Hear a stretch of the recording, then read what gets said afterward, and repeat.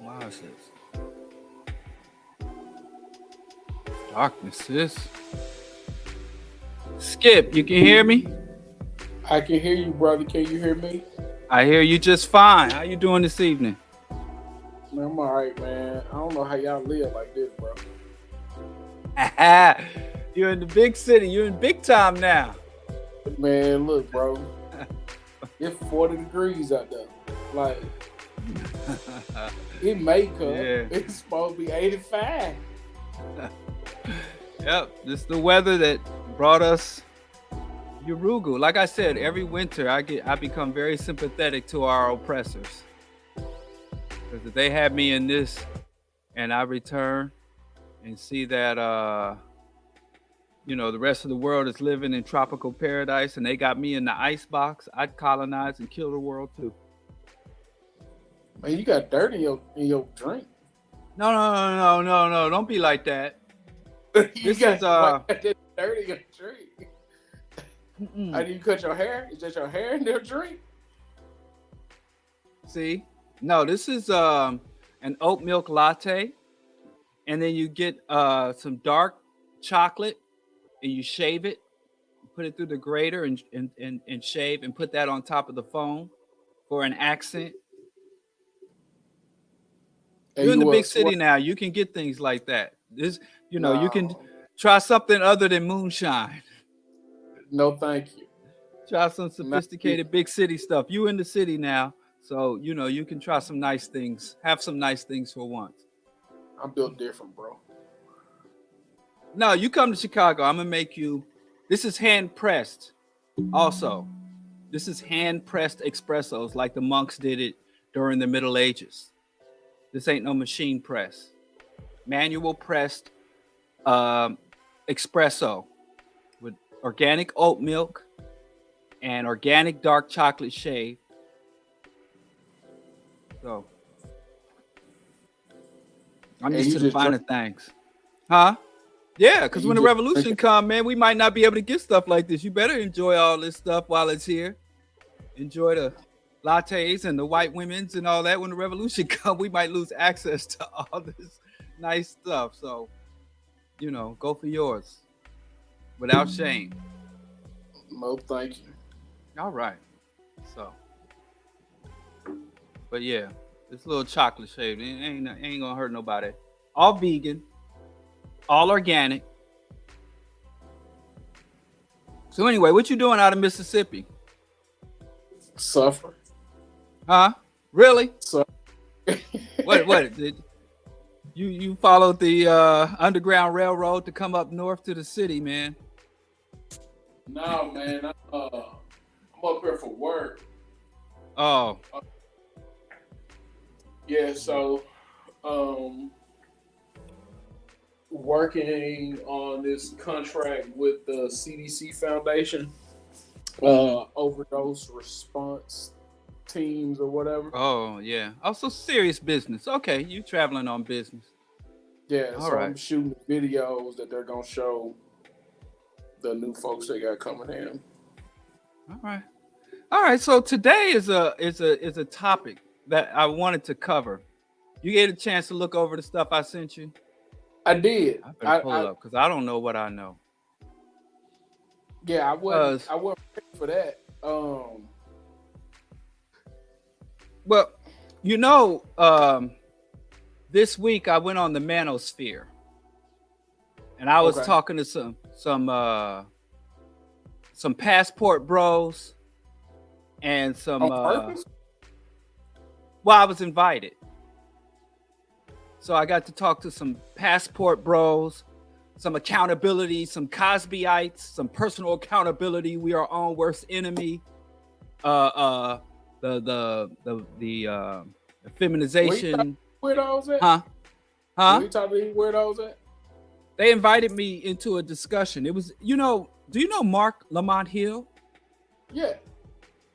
Yeah, well, he had said something about Freaknik, and he wanted to highlight that the real controversy of Freaknik should not be that women were showing a little booty meat, little booty cheeks, and little breast meat. He said that shouldn't be the real thing that we're up in arms about. He said, if you recall that era, then there was a lot at Freaknik and just in the culture of the 90s, my era. You weren't really around. You was a baby then, but that was my era. That's the days I was in college. And he said there was high rates of sexual assault, sexual violence, objectification of women. This is the era of the 2 Live Crew, NWA, Bust Down. We don't love them hoes, bald head hoes. I'm proposing a bill on Capitol Hill, kill all bald head women at will. This was the era where there was some wild shit coming out in hip hop, R&B. This is when R. Kelly 12 play era. So he was saying, it's curious to him that women are afraid of being exposed, professional women who don't want their past dug up. But he was like, what should be a bigger issue and what the men who engaged in those behaviors, where I've seen, like, I've been out Black Bike Week, Black Beach Week, Jones Beach, spring break events where they were like stripping sisters naked, just ripping them, just pushing them out onto the main street, like wild shit, running trains and all that stuff. And the brother who was hosting the show was like, oh, they're trying to blame black men. This is another attack on black men. Saying that type of stuff, and saying, oh, it's just yet another thing that they're using or attempting to use to attack or demean or tear down or besmirch black men. So even though I'm not a fan of Mark, I think he's a liberal integrationist, but I said he's not wrong about that as someone who lived through it and who was I never partook in it, but I mean, I could testify with the things I've seen and heard with my own eyes. So that's how the manosphere was basically having a powwow to call out Mark for being a traitor, betraying his gender. And so I guess I was like you and Jared and me, gynocentric for being gynocentric. Yes. Because somebody asked me, if you don't, because I was like, I visited the manosphere. And someone asked me, like, if you don't dwell in the manosphere, where do you dwell? I said, I dwell in Gynotopia. Hey, man. Okay. Is it, are we, I think the thing say we live. So like, did like this the show? We started the show? Yeah, the show been on. You on the clock. Okay. All right. I know you hop in time zones. Yeah, but man, look. but that got me thinking about how fascism is extremely attractive to black men. I know that's quite a bit of leap to I guess they don't like trigger warning. People don't like saying sexual assault and things, but how many of the ideas from the manosphere, the black manosphere, was directly copy and pasted from white chauvinist patriarchy, misogyny, sexism, Judeo-Christian, puritanical, right-wing conservatism, all that stuff that came up out of the minds of various white philosophical and thought leaders has been fully adopted and being remixed and blackatized, Africanized, or like I just say, draped in kente cloth and mud cloth and fully resonating with amongst a large segment of black men, even so-called conscious black men, are very attracted to, and many are seduced by right-wing politics and right-wing ideology and fascism. We got a lot of black fascists out here. Mm-hmm. I think a lot is a very interesting word for you to say, but okay.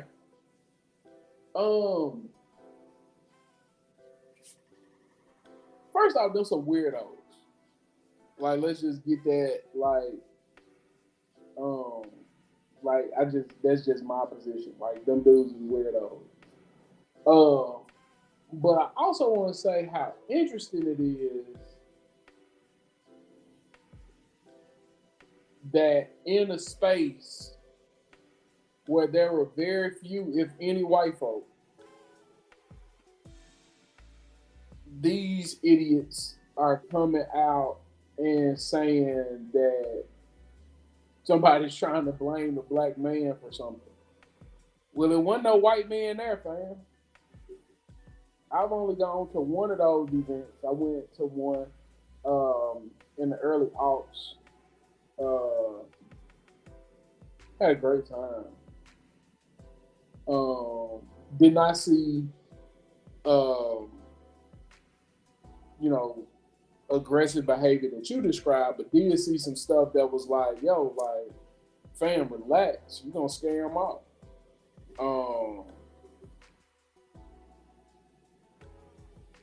But I'm really interested in the logic of a thing happening to black women at the hands of black men and trying to play like black men are being victimized by that. Because I definitely don't feel victimized by it because I'm not a raper. Right. I don't. Well, in calling them weirdos, Hitler was a weirdo until he took power. He was dismissed as a clownish buffoon. Trump was dismissed as a clownish buffoon and a reality TV hack. Right. And a petty con man until he took power. Most of the people who committed some of the biggest atrocities in history, including in our community, were considered weirdos and considered part of the fringe until they weren't. So I agree that it's some weird shit, but I don't think it's the kind of weird shit that we can simply dismiss, mock, and ignore. Now, I'm fine with mocking it, but I think it has to be engaged and challenged. It's not enough just for us to be like, because these dudes are, some people say it, and some people in the comments are talking about it's a minority. I don't think it's a minority at this point. Or if it is a minority, it's a strong enough minority to where it can cause a serious and rapid paradigm shift within the larger black community. Right, but here's the thing, right? Like, while I definitely think ringing the alarm is appropriate, right? Like, I'm not telling you, like, don't do that. But here's where I think just being exact in the language, I don't think there are a lot of black men. Well, I want to make sure that I do it. I think if you lined up, a cross section of black men, I think a lot of people would be like, well, they got a point, right? I do think a lot of black men would say, well, they do got a point. But I think as the logic grows, black men will be more likely to walk away from it like that's some weirdo shit. Yeah, here's what I'm saying. If you get us together in a mob mentality does take over. But when you go to asking people individually, well, do you believe this? I think there's some dissonance that happens, but I also think people will largely be like, nah, that isn't what I'm signing up for. The problem is, I don't think what you're attempting to do in this space that I'll fall back and kind of let you cook with is call it out for what it is. I use my barbershop as a litmus test for a lot of things. And I ain't never in my black life heard no man say it's okay to rape. And I think that's because we know what rape is. I don't think we recognize sexual assault. I don't think we recognize it. And I think we largely think rape has something to do with sex. And I don't think we recognize that. Like, I think there's a gap there that we're not able to fill. And I think we mock them. I definitely think we laugh at them. But I think we also keep the door open well enough to kind of do some teaching so that people can kind of see where this type of stuff leads. And I think there aren't enough men in communities kind of stepping up and say what now about some of this stuff. But here's the thing about that, where you say, yeah, fascism doesn't ever come and say right out the gate, let's kill all the Jews. They came right out, they never start with that. So when I say that brothers that I deal with, good brothers, some of them, that fascism is very attractive to them. Fascism comes through the door saying family values. Fascism comes through the door saying tradition. We need tradition.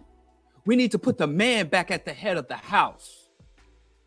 You know, fascism comes up and says you need to take personal accountability. So there's a lot of rhetoric that is rooted in the modern manifestation of fascism and the growing, burgeoning right wing. The growing, burgeoning right wing, where they start you off, what it's called, they slide the premise. They slide a premise past you. So that you say, well, the black woman is single mother households are producing children who go to prison, producing children who are failing in school. Single parent households are the scourge of the black community. And you might get a brother who's not sexist, who doesn't necessarily have any type of fascist or right-wing leanings. He's like, yeah, you know, single mother households, you know, causation, correlation, be damned. You know, these young children coming out of these single parent homes, these communities are in ravage, the schools, underachievement, incarceration, drug addiction. And then you'd be like, yeah, single parent households are the scourge. And it's like, yeah, and those single parent households are headed by women. Yeah, it's the women destroying our youth. It's the women so they always stair step. They always stair step. They never just come out to their ultimate conclusion. They always slow roll. And I wanted to go. A blind spot for me is my lived experience and where I am. And I think, yeah, I remember, you know, the layout. But I think one of my blind spots is the number of men I know that are just kind of in my circle that definitely say,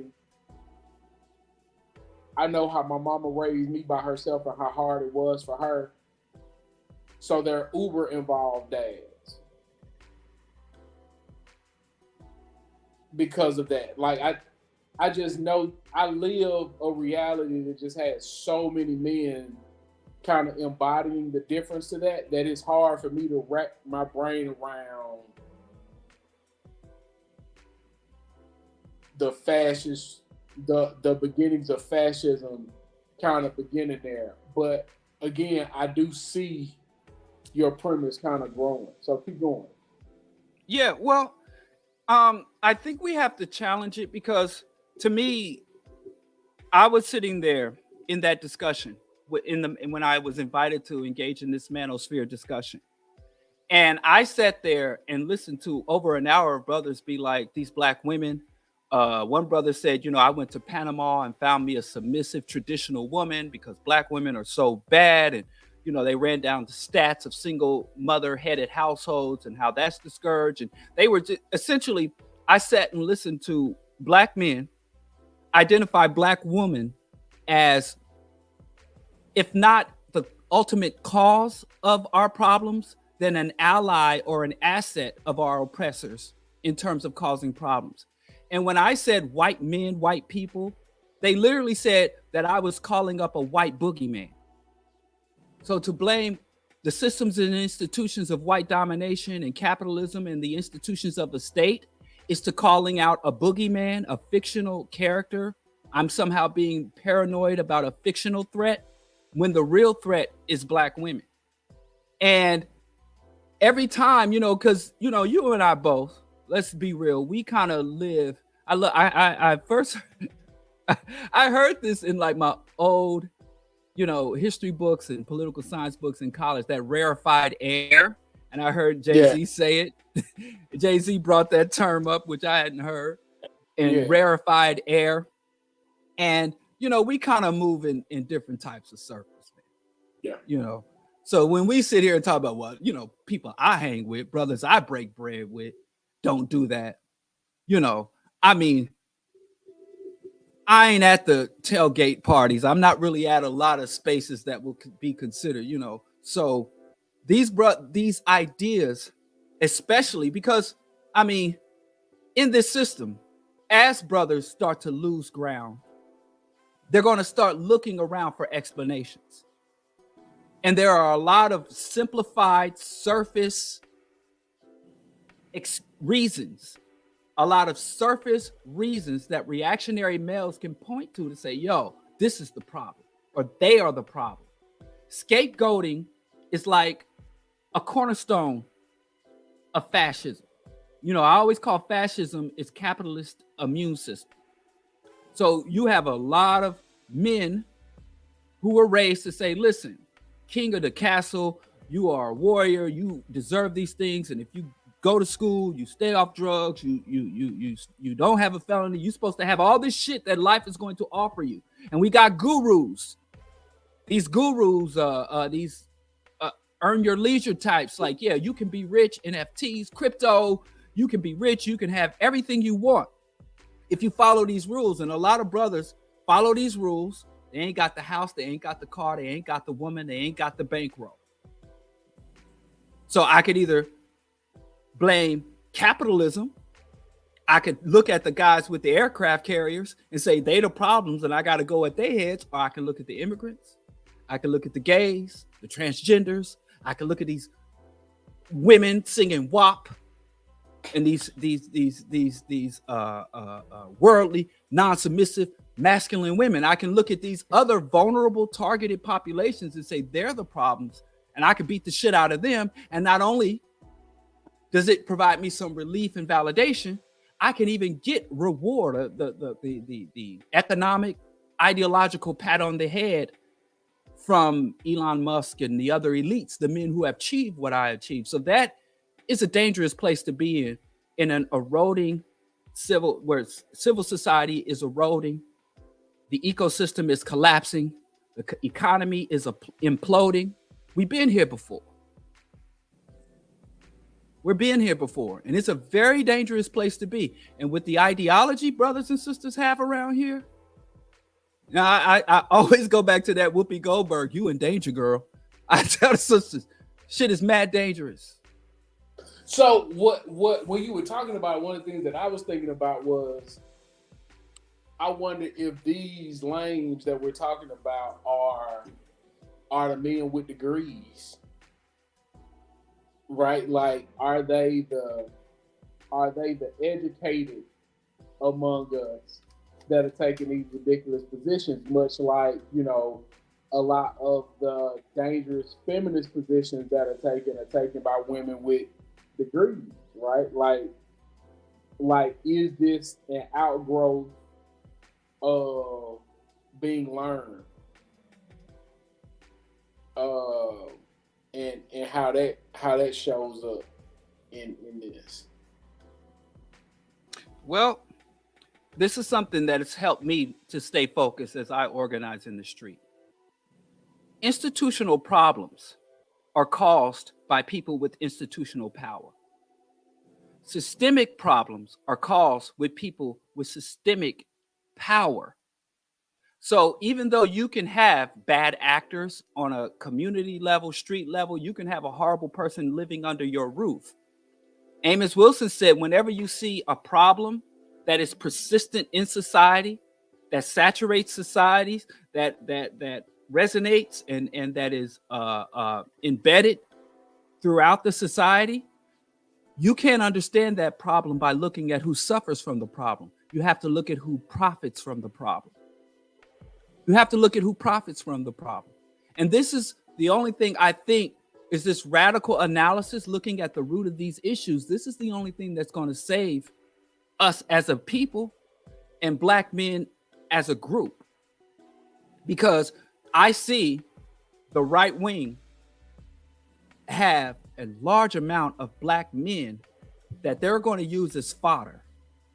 And you got brothers out here joining the anarcho-capitalist. I know a brother that I've known for years. He's now an anarcho-capitalist. Brothers doing libertarianism.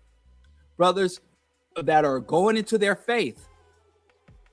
I mean, Islam and Christianity are very fertile if you accept those ideologies and you follow the logic and the dogma and the traditions of Islam, Christianity, and the Black Hebrew Israelites.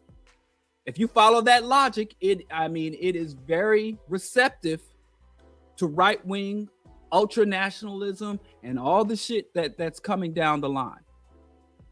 And before you can get someone to really partake in large-scale atrocities, you have to have large-scale delusions and large-scale absurdities always precede large-scale atrocities.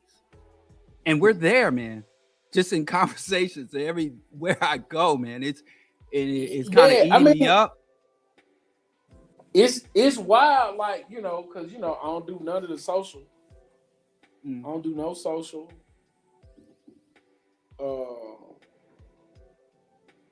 And, you know, like, I'm around, you know, the men in my community at the barbershop, and we're very, you know, tight group. And that's scary. Like, because it's just so nonsensical. If you think critically, but who does that, you know? Yeah.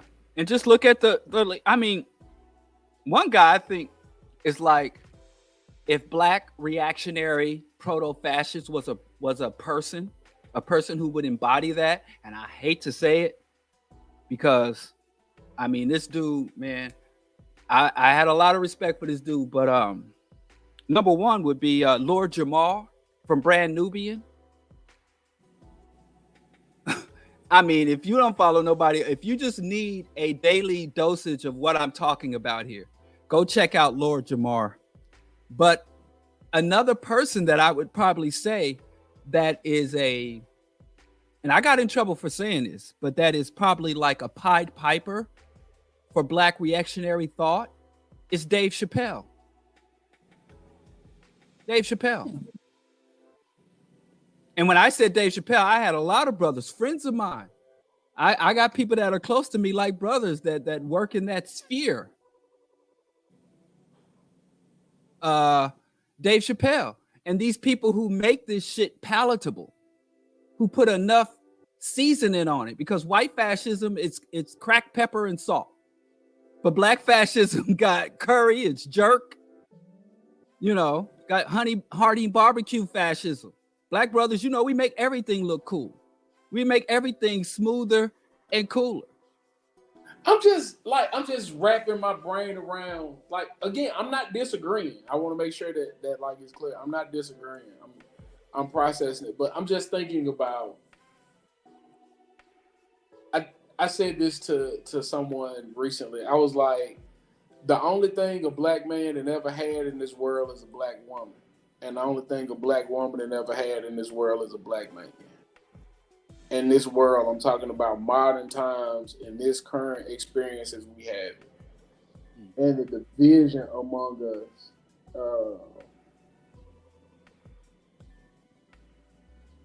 is something to see. Yeah, it's something to see. All right, it is something to. I feel like, I mean, here's the thing. I feel like, you know, that I call this out. But anyway, just today. But this is something I do. Every day I go out on a walk. And I live in Bronzeville. If anybody knows Chicago, Washington Park. My wife and I, we stroll up and down Coon Drive around Washington Park. We have our daily walk when we can fit it in. And while I'm out walking through the hood, I count shoes. I look at the shoes of black folks.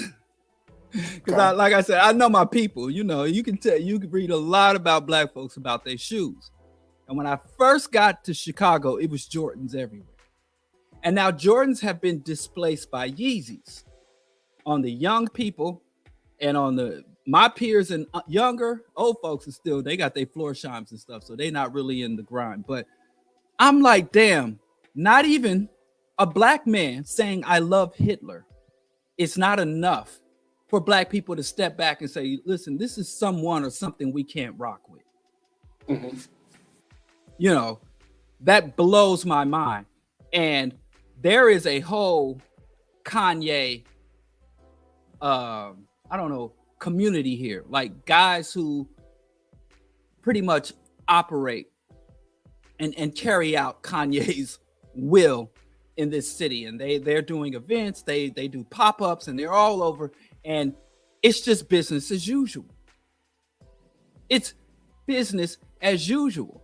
And I had said 5 years ago, I said, if Kanye goes into this whole Jesus shit, and he's already, a decade ago, he was already flying the Confederate flag. And I'm like, really, what is it going to take for black people to say, we just can't rock with this dude? We just, I mean, at what point is too far? And for the fact that a black man could say, I love Hitler, and literally break bread with neo-Nazis. Nick Fuentes. And that other guy, the guy who the first successful patient of conversion therapy. What's that guy's name? Milo Yiannopoulos. And if the community and the streets here in the streets on a street off the socials, just where black folks are putting their hard-earned money, I can't go a block without seeing Yeezy sliders in this city. And that just tells me a lot, that black people, you know, don't have the aversion to fascism or even overt open Nazism or Nazi sympathy. It's here. I think you've done this a few times. I think you connect dots. There are reasonable conclusions to draw, but are so divorced from the reality and the contradictions, shout out to last week, that some people are willing to embrace, right? Like, here's an example for me. I ain't got enough for Michael Jordan. I think Michael Jordan is a horrible human being.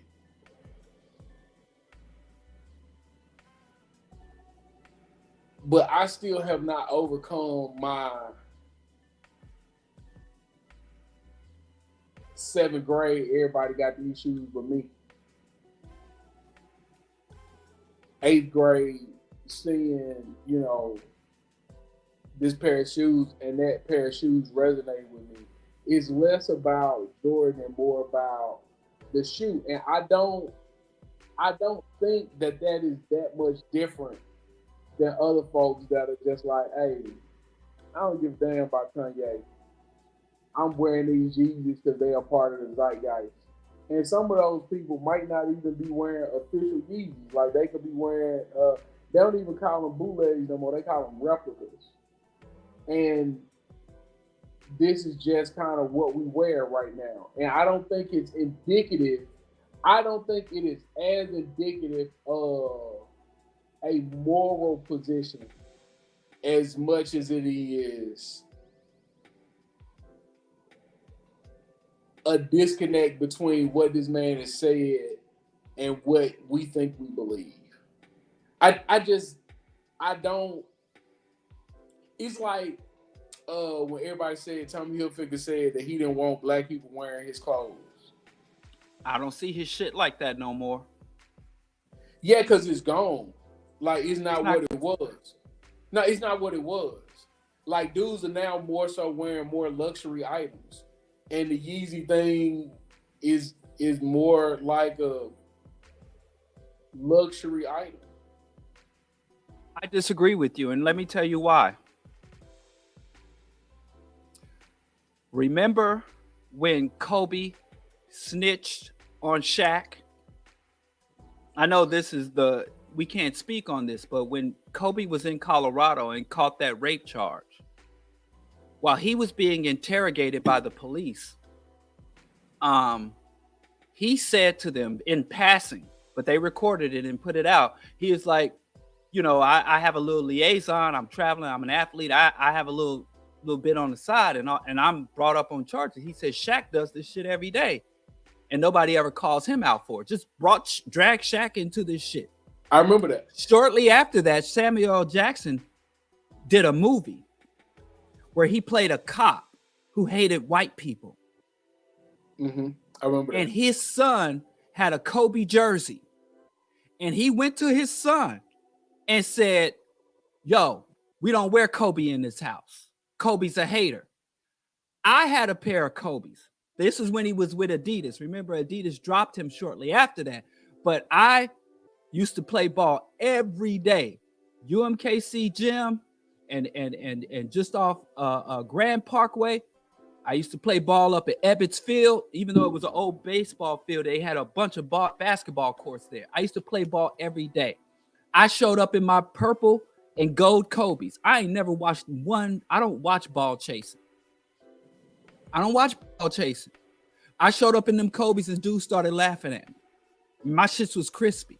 Black people have the capacity to say, listen, this individual has gone against something we hold or has conducted himself in a way. So what you're saying is last week didn't happen then? Huh? What you saying is last week didn't happen then? What last week? The show we did with what I got out of Alabama. You tried to claim on Chicago, but he's from Alabama. The only contradiction is there is no contradiction. Right. You talking about Fred? Chairman Fred. No, that ain't Chairman Fred. That's you talking about Dr. Bobby Wright?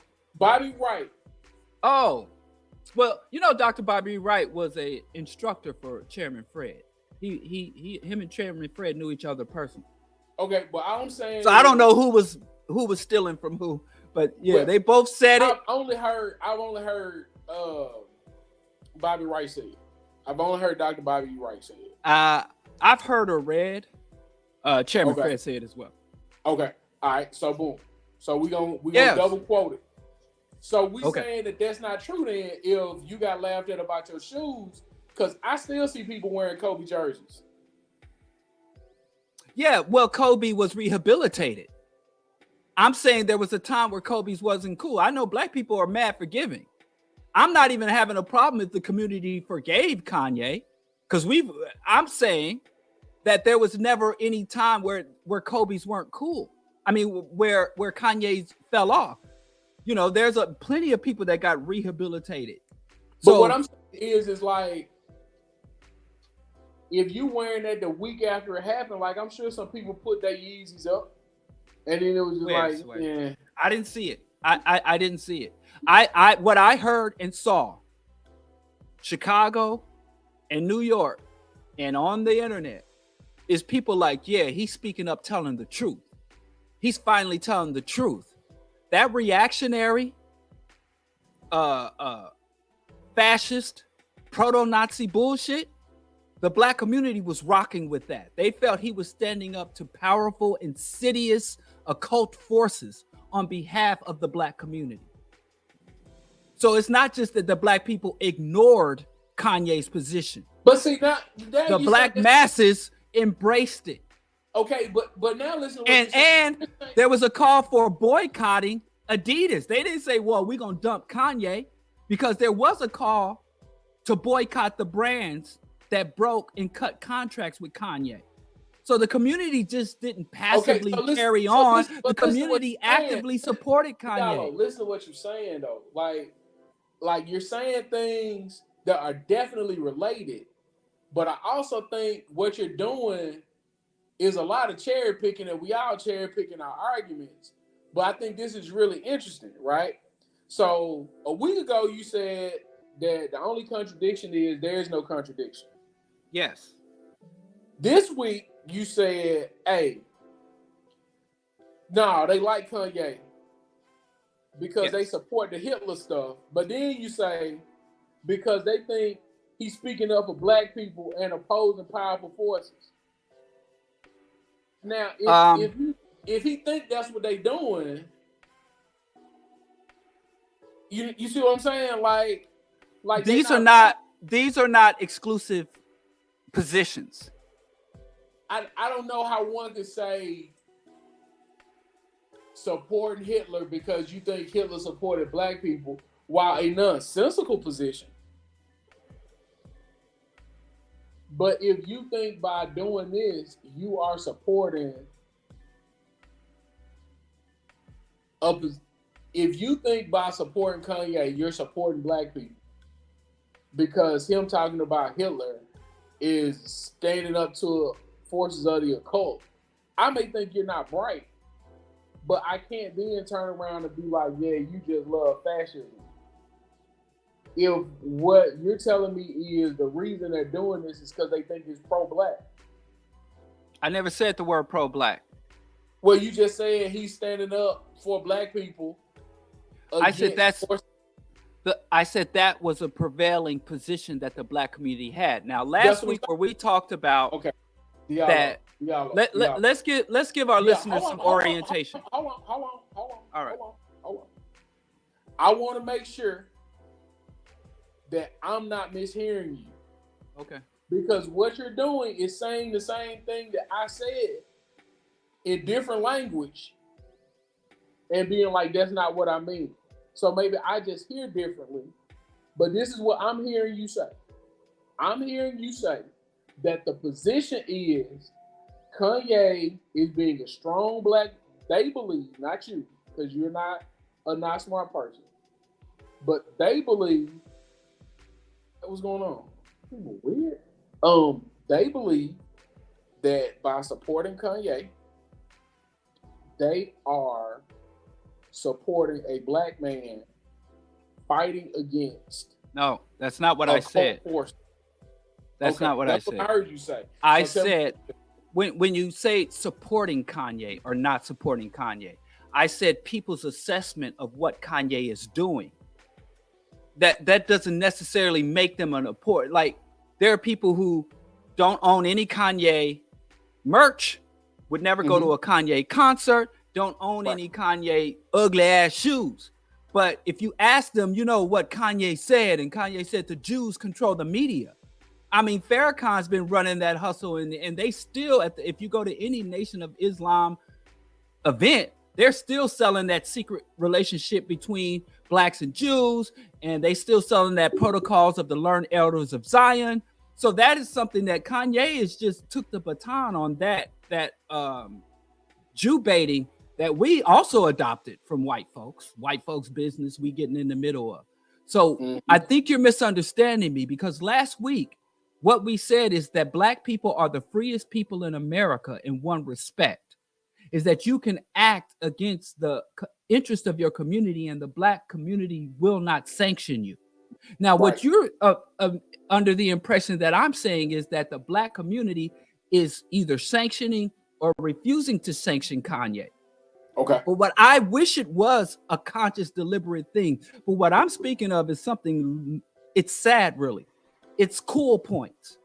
It was a time where Shaq's, if you were wearing Shaquille O'Neal's, you get clowned for a myriad of reasons. It's not really even political or conscious or even community-based. But if you step outside wearing Shaquille O'Neal's, remember Starburys?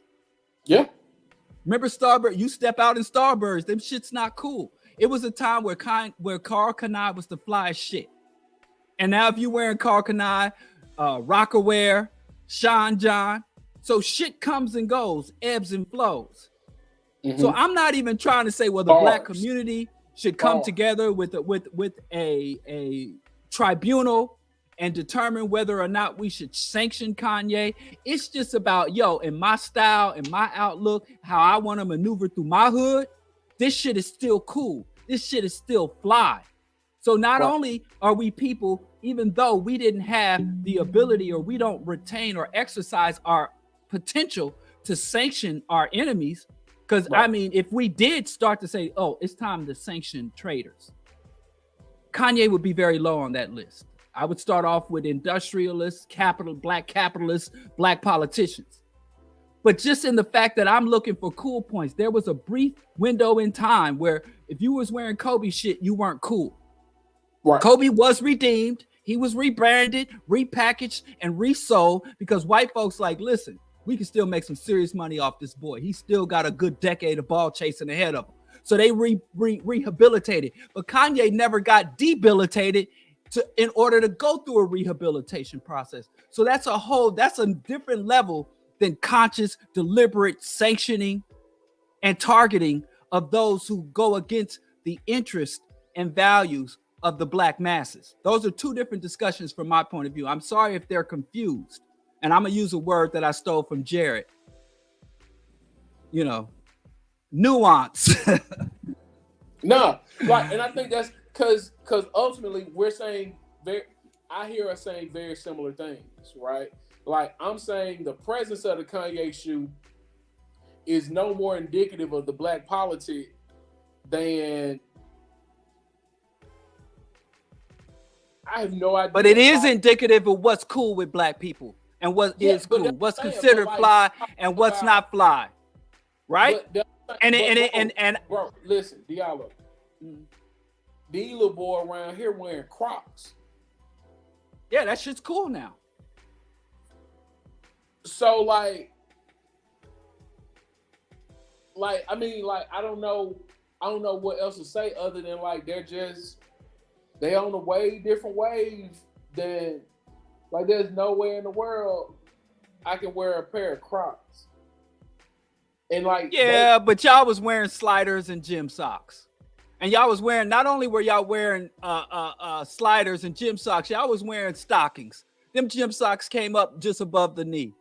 I really ain't into like dissing because everything you say that's wacky about current trends and styles, take me back a decade or 2 decades, I can find something that is pretty much the same, if not similar. Right, but what I'm saying is like, was like socks and sliders, like I still do that. Like what you exactly, yeah, that's fly. But Crocs, no. That's you draw the line at Crocs. Yeah, I ain't wearing no Crocs. Like what are you talking about? Exactly, okay. But like you see what I'm saying? So I don't think, for me, I don't see how the presence of someone wearing that shoe is indicative of their politics. It's not. It is a component of a larger network, a larger, it's just one of a few things. It's just one component, one piece to a larger puzzle. So I don't want to lock in on saying, I would think if you had asked me, because even after the Confederate flag, if you had said to me 5 years ago, what if there was like this prominent artist, this icon of fashion and culture, and they came out and said they love Hitler, you think black people would still rock their shit? Mm-hmm. I would have said, hell no. No. I mean, there's a lot of things we let our artists get away with, our ball chasers, our leading blacks, as Glenn Ford called them. There's a lot of things we let leading blacks get away with. But if a black person who had music and fashion and arts and had all that shit on lock and came out and said, I love Hitler, I would say, yeah, I don't think the hood, the streets would wear his shit no more. I think we'd stop rocking his shit. I would have said that, and I was dead ass wrong. I think we're kind of beating this point to death because I got several other points of order. I got several other evidences. Okay. I've got several other evidences to carry my point that fascism and right-wing reactionary ideology and politics and policies are very attractive to a large segment of the Black community. And to the point where I will say this, in their effort to sustain white hegemony and the systems and institutions of global white domination, white people have more Black allies than enemies. There are more Black people that embrace the status quo than challenge, reject, or fight against it. So Jared's word of nuance, right? But also met with my position that, okay, but that doesn't say much. Like, I think that says everything to me. No, it does, and I'm gonna tell you why. Because as much as, you know, Malcolm's, if a cat has kids in the oven, does that make them biscuits? We are committed to this American experience. Like, what y'all call them on BPM, the reverse hashtag. Are a testament to that. Like, one of the things that we lack as a whole is a radical imagination.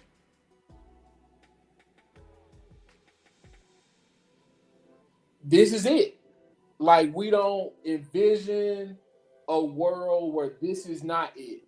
And as a result, people are doing what they can to get their piece of what it is. Yeah.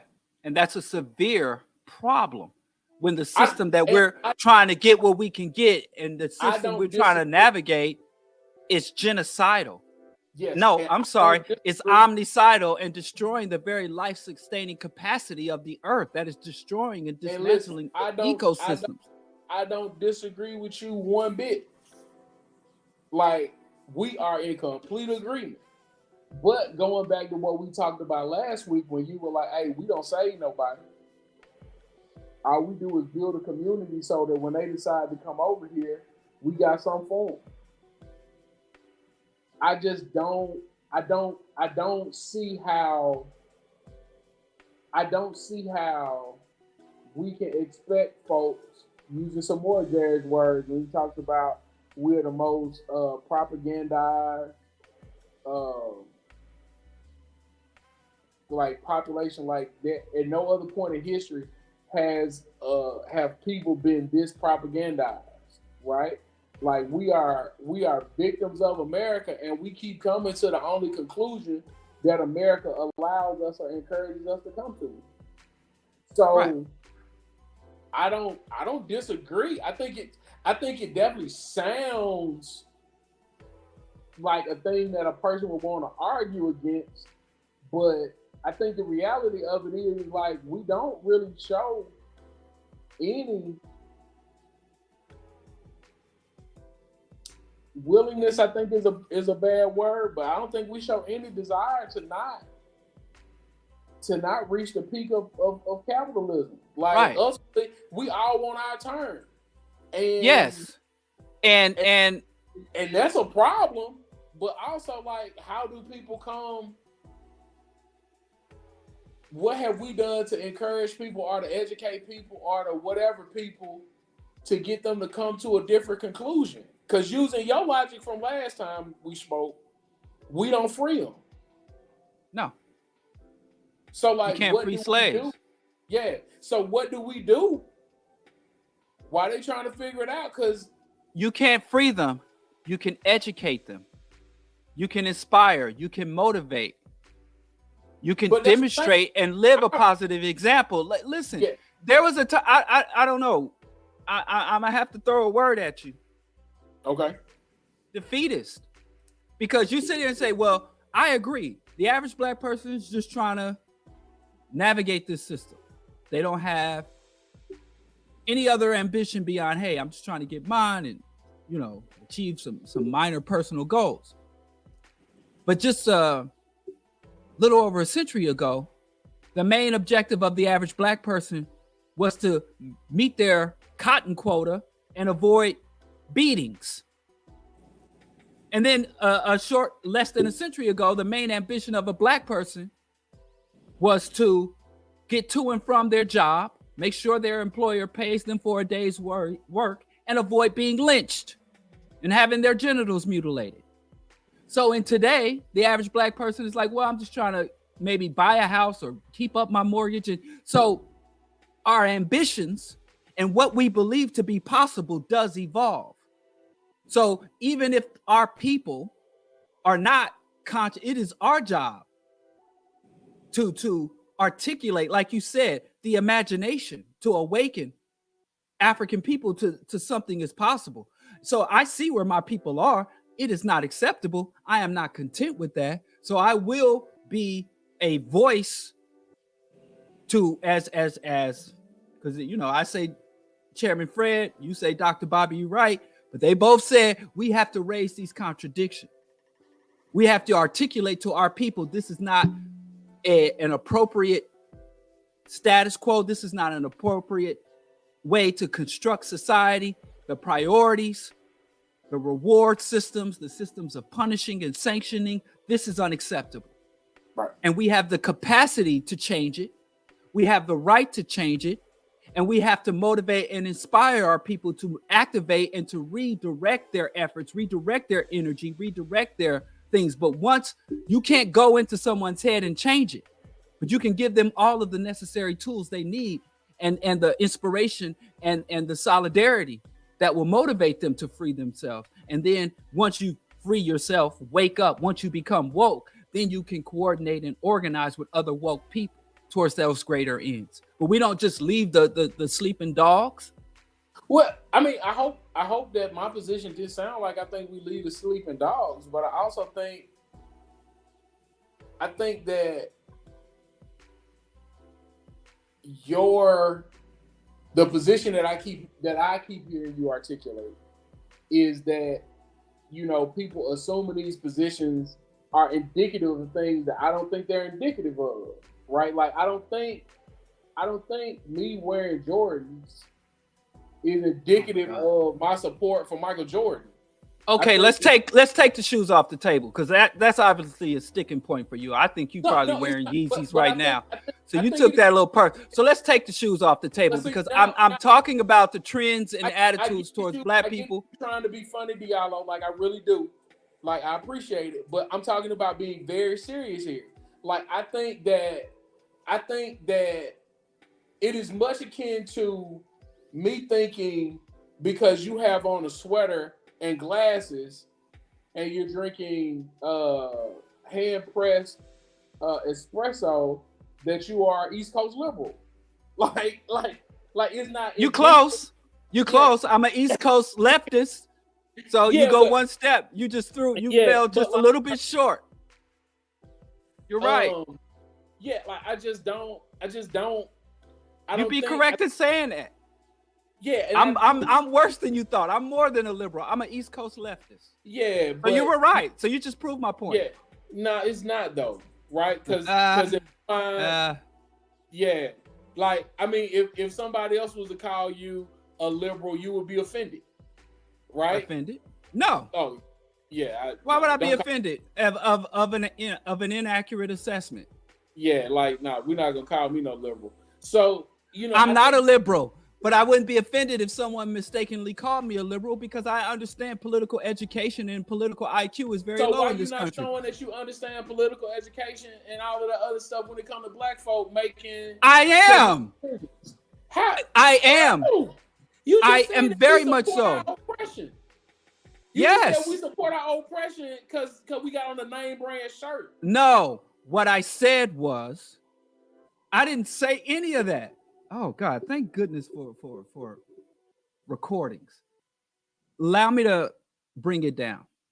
A lot of times I just do assessments, take the pulse of the people. What's cool in the streets, what hot, what music, what fashion trends, what is happening in popular culture amongst the people. Like you said, barbershop. And I just take an assessment. And what I realize, and what I would say is it's just one, and I don't know why you locked in on this, because I made several freaking points, but you want to lock in on the shoes. I said it was, to me personally, I would have thought if you told me 5 years ago that if a person whose name was all over the streets. And somebody said, if a black man, let's not use Kanye, if Jordan came out tomorrow, as despicable as Jordan is, I've never owned a pair of Jordans. You couldn't give me a pair of Jordans. They show up on eBay tomorrow. I sell them joints. I would never be caught dead in Jordans. But if somebody said to me, Jordans are very popular in the hood, I say, absolutely. Say, what if Jordan came out and said he loved Hitler? I said, I think the streets would stop fucking with him. There's a lot of popular people who were very popular in the hood that the hood stopped fucking with these people. And I do think that that is something relative that somebody who God is using them to show out. And I thought, well, MAGA, damn, I wanted the hood. I'm like, damn, he's going full MAGA, and the hood embraced him. He went full Nazi, and the hood continues to embrace him and justify and make excuses for him. That's a problem for me. But bro, I don't need the goddamn shoes. I don't need the damn shoe. You just said that they were supporting him because he a black man fighting against some evil thing. No, I didn't say they would support him because he's a black man. I said the assessment that many black people had when you would talk to people and say, yo, Kanye, what is going on with Kanye? Many black people, because of other forms of indoctrination, would conclude that Kanye's words and Kanye's actions are indicative of him fighting insidious forces. Many black people do. The Jews control the media, the Illuminati, and all the other absurdities that so if they believe that's what propagated, doing, they not supporting the Confederate flag. They not supporting the fascism. Yes, they are. Here's the thing, though. Even if you believe, let's say you believe that the media is controlled by the Jews, and then a Nazi comes to you and says, hell, and that he wears the Confederate flag and sells shit with Confederate flags on it. They understand that he's a Christian. They understand that he said on tape, I love Hitler, and he's fighting against insidious forces. Those things are all happening at the same time. And black people are seeing it. They send the shit to me. I don't even follow Kanye. People, every time this motherfucker does something, people send it. My inbox fills up. You see what Kanye did? You see what he said? So I don't know why you're trying to act like this shit can't all happen or connect. Bro, this is what's bizarre. And I'll be seeing this go on the show with you and Jared. I'll be looking at and I'll be like, I just don't know. Like I think sometimes you be talking and you so committed to like the missing nuance of what you see in your head that it's no way that you acknowledge that there's a lot more to what just happened. Because I don't see what you saying is different. And what I'm saying is all I'm doing is sampling the piece that I want, and the rest of that stuff ain't got nothing to do with me. And I like this shoe because of what it says culturally. And I don't care nothing about that. This song jamming, and we just moving around. Yeah, I agree that we do that. I agree that that's what's happening. And all I'm saying is, if that's what's happening, we can't attribute all the bullshit with it too. Like, yes, you can. Why can't you do both? Why not? I can tell you why. Because the people that you accusing of doing that are not doing that. Okay, let me ask you this. Real talk. Okay. You see, let's say a 25-year-old person walking down the street with Yeezys on. Okay. And you go up to them and say, yo, you rocking them Yeezys, right? And I've done this. Right. And say, well, don't you know that Kanye said he loves Hitler? And what is the response? I don't know. I don't give a fuck about all that. Okay. I sat in a room with dozens of black people, right? Young black people, high school age. Yeah, but that's an issue. You can't just be like, well, then that solves it. That's a fucking problem that we have to address. I don't know why you're like, well, if black people are doing something unconsciously, if black people are trying to separate the politics and the social implications of their material wants and needs and desires, then that's just what it is. That's a fucking problem. Now let me say this: I sat in a room with a dozen black kids, right? And let me tell you something else. One time I was doing this program, right, working with high school kids on the south side of Chicago, and they all and one kid got his paycheck. You know, I signed off on his hours. He got his paycheck, and then he came to me the Monday after getting his check on Friday. He came to me Monday and says, "Yo, I need some more bus cards." And I said, "Those bus cards were only until you got your first paycheck."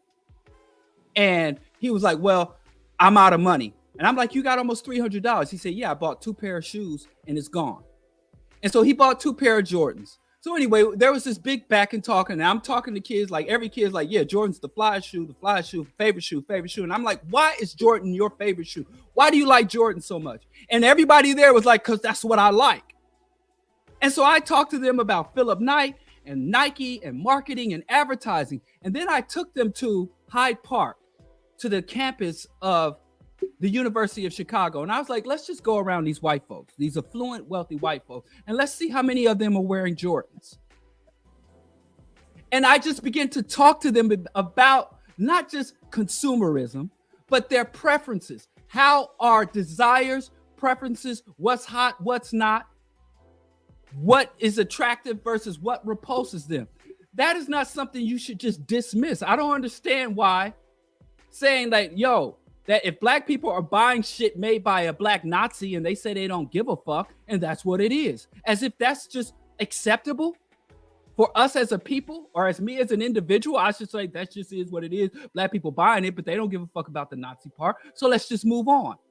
I'm like, no, let's dwell in this a little bit. Let's figure out what the fuck's going on. And I would like to get my community to a point. I think it is necessary where I get my community to the point where they start to recognize symbols, logos, preferences, and desires that are cultivated or developed in them, that come from inside out or outside in, are relevant and necessary to be examined and dissected and acted upon, and maybe even amended and changed. That's a part of developing consciousness, of being woke.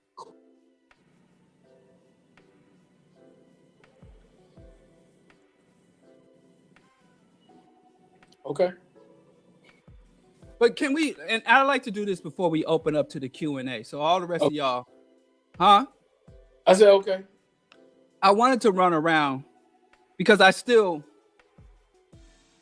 want to talk about black fascism.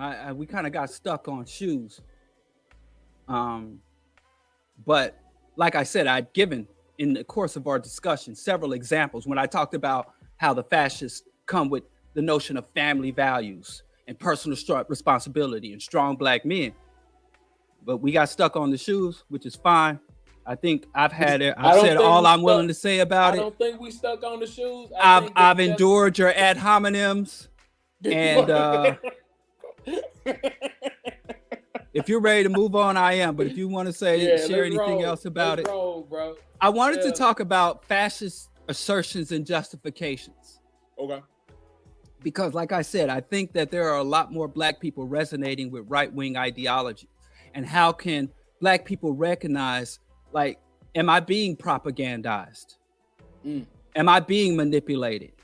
Am I being oriented to think or act against my own personal interest or my community's interest? So if we look at the history of fascist movements and right-wing movements, which are occurring, do we at least agree on that the United States is having a swift and deliberate turn towards a fascist, authoritarian, and even, I would say, theocratic state? Yep. I think it's been happening for a while. So yeah, we definitely on the yes, but I mean, this era. I mean, even I don't part. Yeah, absolutely. Yeah. Well, I would say that this is a little different, like the neoliberal or ultra conservative, because I think the environment's a little different when we were in a different environment, but I think this time is relatively unique. And amongst white people, independent of black, there's always been this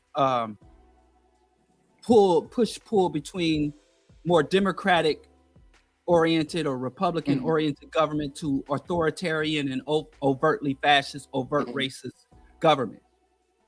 And black people, even though I get black people to say, well, I ain't liberal or conservative. I ain't left or right. It's the same bird. But I do think that we do need, as people who are subjects of the empires and who dwell under this state, that we have to understand it. Whether you want to submit to it, you want to challenge it, or you just want to navigate it and stay above it and do your own thing, you have to understand it.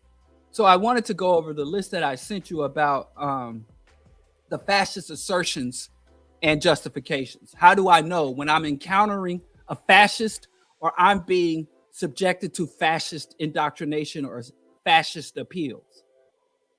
One of the first and main things that the fascists, well, this isn't really in any specific orders, but fascists always talk about harm to the children or helping and saving children. You'll see that whether they're talking about the transgender and drag queens, they're harming children. But other targeted groups, remember, they wanted to prevent desegregation for what it was going to do to protect the children. And that little black girl we all saw, Ruby was her name, that was walking up to the school, that was flanked by federal agents, and white folks was like, we got to protect our schools, i.e. protect our children. So anybody that's coming to you that says, well, I'm taking a stand for the children, I want to protect the children, but they're not talking. This was really interesting about that whole protect the children piece. Because the same people, when you be like, okay, well, you want to see R. Kelly in jail, right? And they be like, wait a minute. Right. Well, it's even worse than that. Because R. Kelly's a monster indeed. But the biggest threat to the children is climate change. Yeah, I mean, that's the number one threat to our offspring and future generations is the melting polar ice caps, the acidification of the ocean, the reduction of phytoplankton, the sixth mass extinction. And the very people that say let's protect the children are advocate for coal, nuclear power, armament. So anybody that's coming to you to say protect the children, but they don't identify the systemic, institutional, and worldwide threats that's really harming children, the fact that every mother on planet Earth has dioxin in her breast milk. And so, number two, protect the women.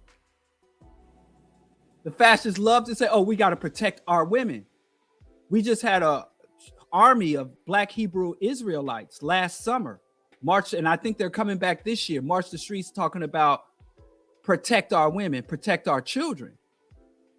And going back, whether they're, again, oh, these transgender athletes are taking over women's sports, or even in the early stages of the gay rights movement, they were saying lesbians were a threat to women before. Oh, transgender women in bathrooms, oh, lesbians. Or they were even saying during earlier in what you call proto-fascists, where witches, evil witches were corrupting and demons were protecting women. So a lot of authoritarian and fascists, they come with the protect women and children against non-threats, while they either ignore the true threats to women and children, they deny the real threats to women and children, or they themselves are the true threats to women and children. So that's one sign that you. Number three, and this isn't a hierarchical list, it's just a list to count it down, is calling something ungodly or an abomination. So when your critique or your condemnation and your opposition can't be articulated in political or scientific terms, but you say, well, why are you against it? Because it's unnatural, because it's an abomination, because it's ungodly. They don't even speak in terms of justice. They don't say, well, I oppose this because it's unjust, it's unfair, it's inappropriate. They say whenever something is denounced, or whenever somebody comes at you and says, well, I'm against this because it's ungodly or because it's an abomination, you're more likely than not dealing with a reactionary, if not an all-out fascist authoritarian.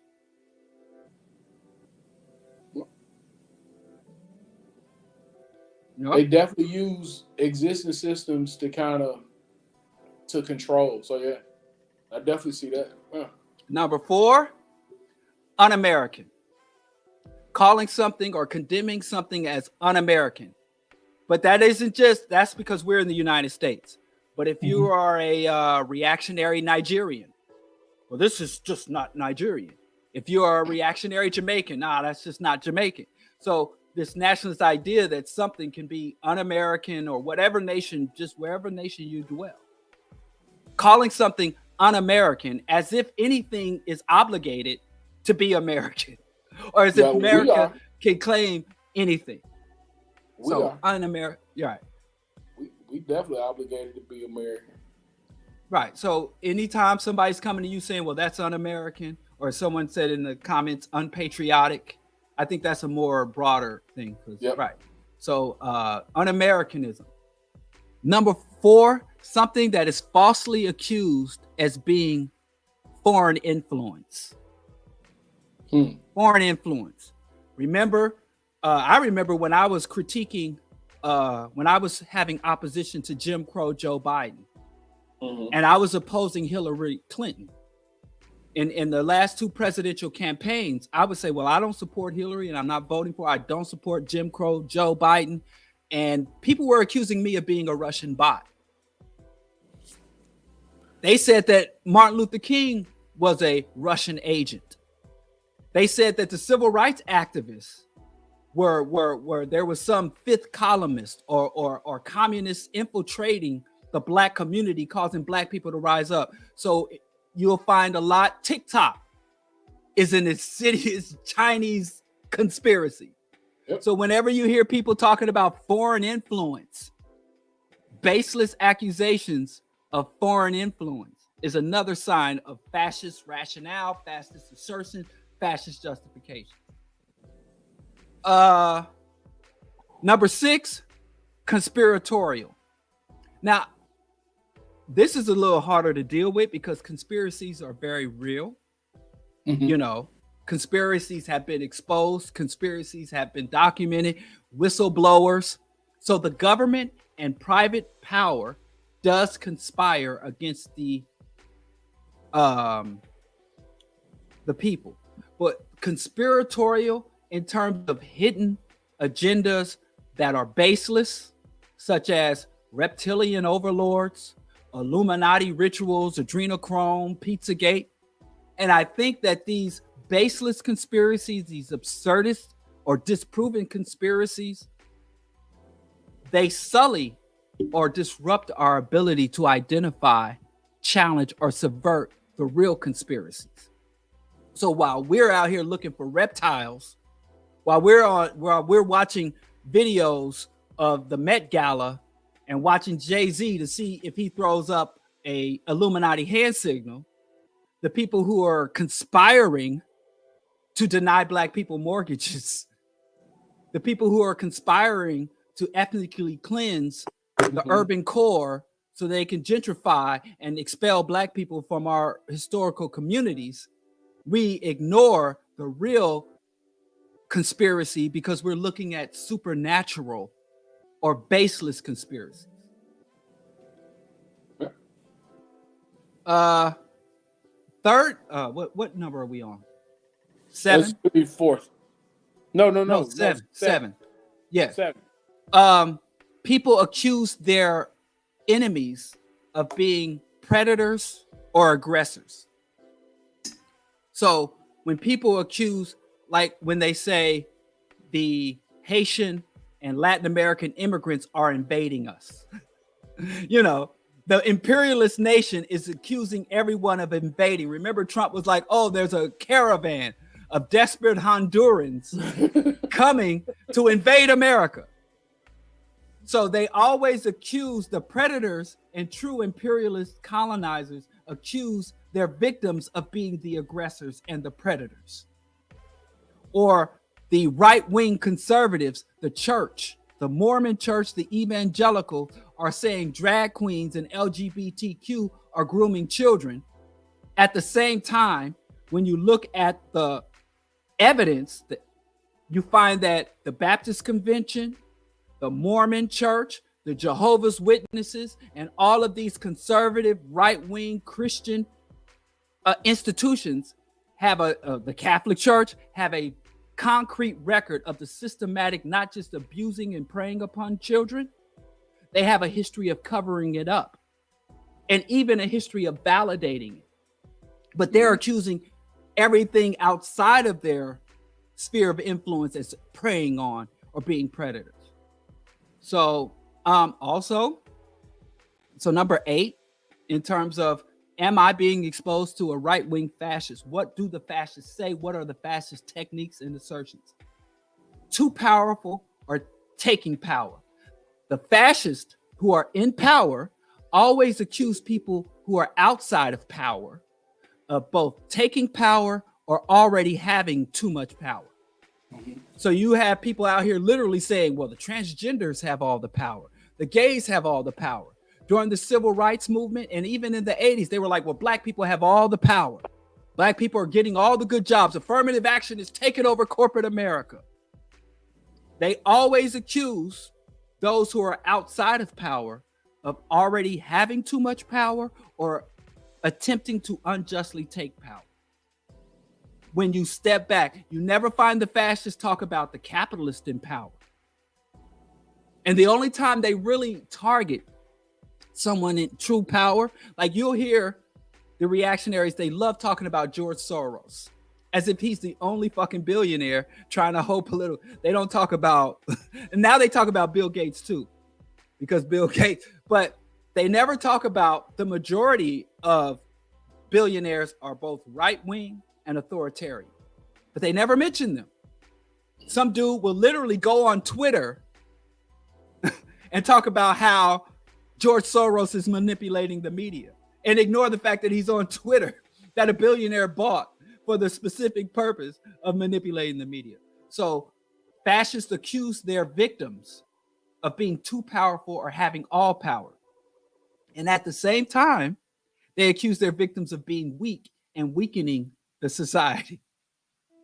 So the gays or LGBTQs, they have all the power. They control everything. They now call them the alphabet mafia. They have all the power. But then they turn around and say, well, when the gays are weak and when they take over, they're going to weaken the nation. So are they super powerful or are they weak? Men. Exactly. So number 9, taking jobs. Not acknowledging. And you notice the only time people use the phraseology of taking jobs is when they're trying to target vulnerable people. Have you ever in your life met somebody who just got hired and they come to you and it's like, yo, Skipp, Josephus, I just took a job. I never in my life. Have you ever took a job? I've been hired at a job. I just got me a job. I just got a job. But the only time you hear people use that phraseology, taking jobs, and when they're talking about vulnerable workers who are more likely than not being hyper exploited by their employers. And when you talk about taking a job, it absolves the person that hired them of the responsibility. Exactly. Like if you know this is my job, what you give to him for? Right.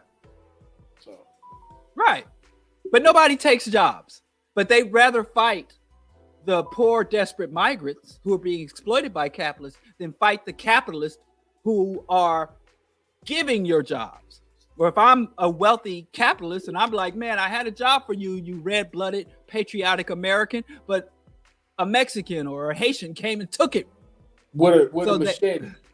With a machete. He came here with a machete and was like, I don't hire him. Right. I'm going to go out tomorrow and take a job from Jeff Bezos. I'm gonna just take it. And so you work in the plant. Don't take one from him. I'm gonna take a job from. I don't know. And even when you and Professor William Mackey always pointed out that even when you receive a job, it's not yours. Even though you're working a job, that position, that title, that job belongs to the employee, even if you're the person, the place filler for that position at the moment.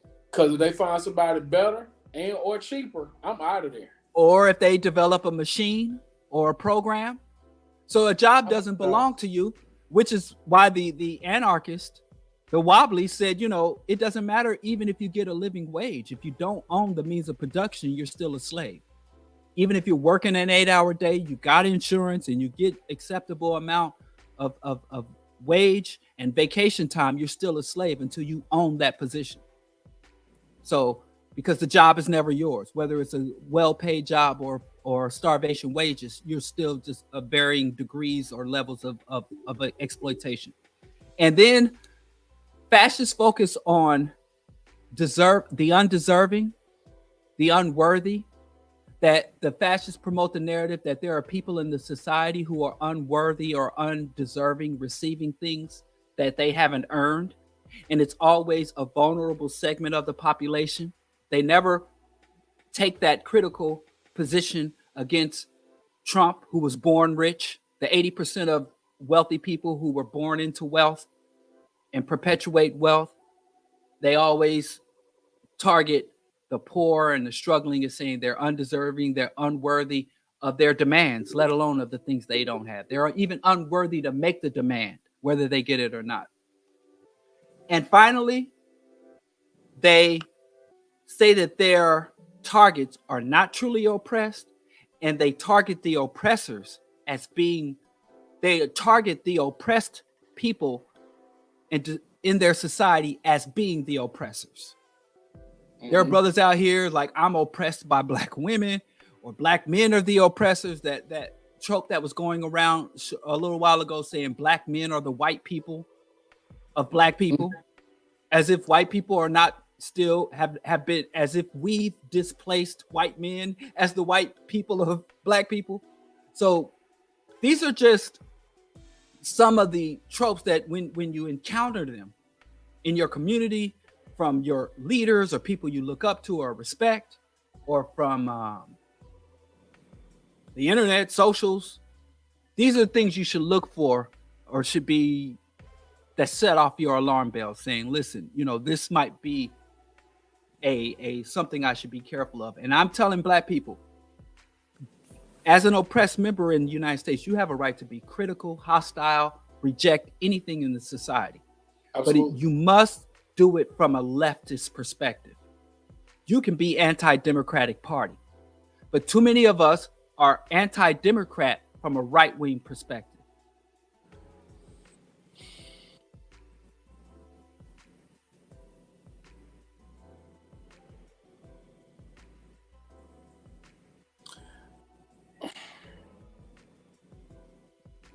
I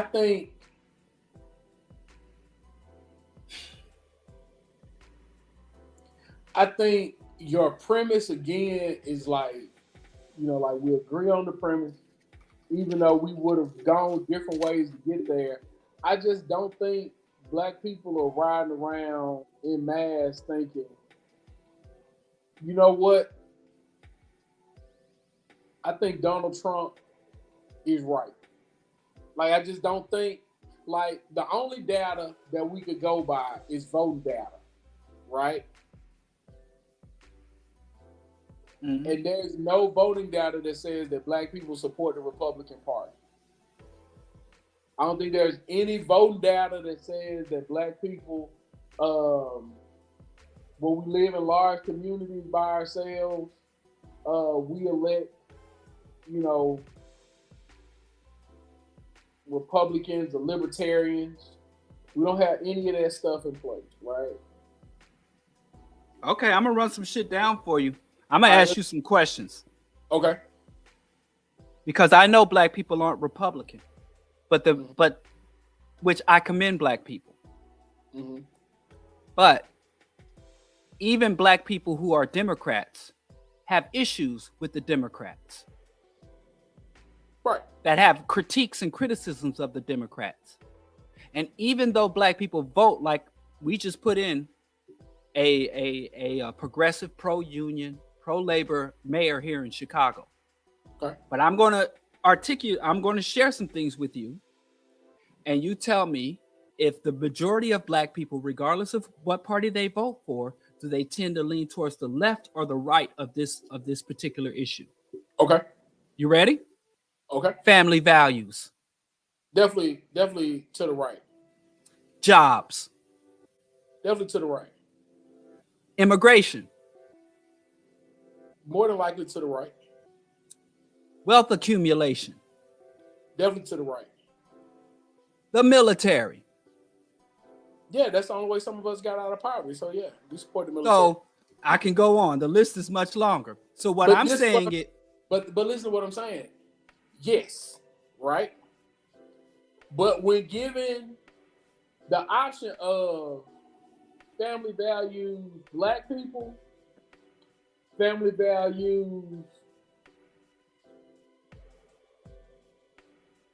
in Mississippi, the areas that are blue, where those people support family values, the military, because sons, cousins, brothers in the army, right? We are not supporting that institution as much as we're supporting the folks that we love that are in that thing. And yes. I think you just keep, I think it makes sense for you to be like, well, they support this, when by and large, like, you know what it is?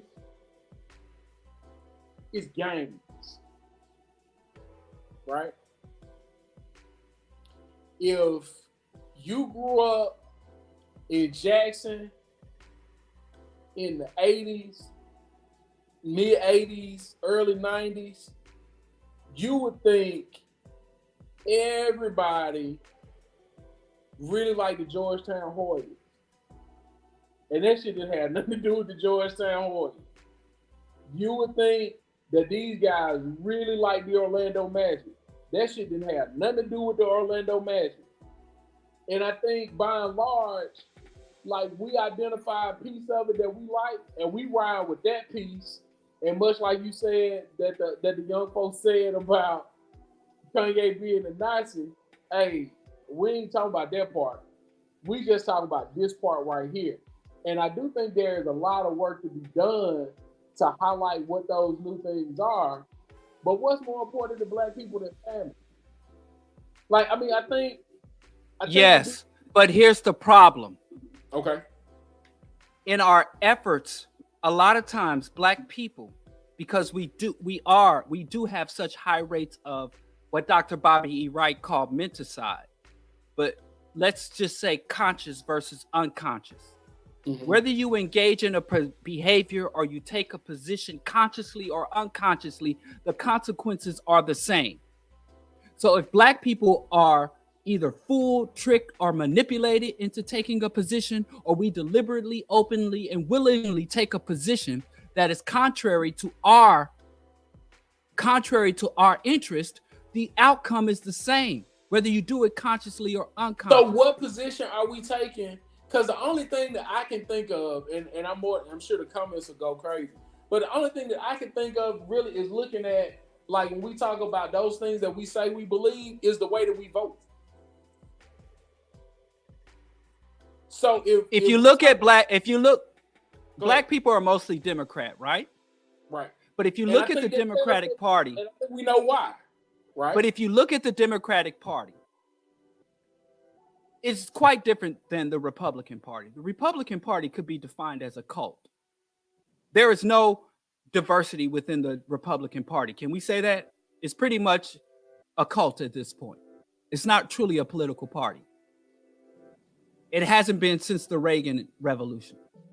But let's look at the Democrat. Within the Democratic Party, you have centrist, which probably could be represented by neoliberal centrist, which probably could be represented by, like, Obama, which is hard for me to say that.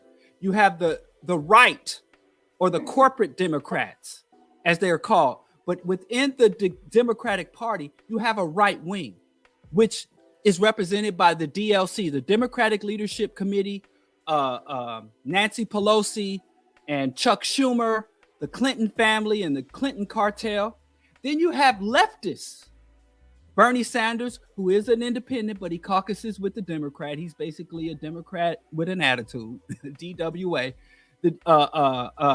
You have Bernie, you have Ocasio-Cortez, you have the Progressive Democratic Caucus. And you can say the Black Congressional Black Caucus is centrist. The DLC is right wing. And within that party, black people tend to go towards the status quo centrist or the corporatocrats. Why? Black people, huh? Why? Because, like I said, family values, jobs, immigration, military. No, not even close. Black people do that because they know anything outside of that don't have a chance of hell of winning. Yes, that's. I don't think that's exclusively true, because when you look at primaries, you have, like, Chicago is a Democratic.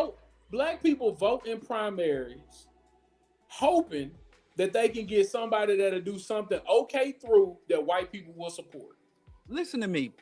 Black people aren't just voting with hope. There are legitimate policy positions and points of views. If you talk to the average black person and say, what do you think about welfare and handouts? We know what they're going to say, because they have been indoctrinated. Okay, so they have been indoctrinated. What have they been indoctrinated towards? The centrists are right. When you ask them those questions, they will tell you, well, this is the way it is, and they don't have. So you really don't believe that black people don't believe? I ran a list of things. There's another book called Locking Up Our Own, and it talks about, it goes over the history of black people's positions on the evolving criminal justice system and criminal justice, and a large segment of the black ministers that was up there saying that, hey, this 94 wasn't just black ministers.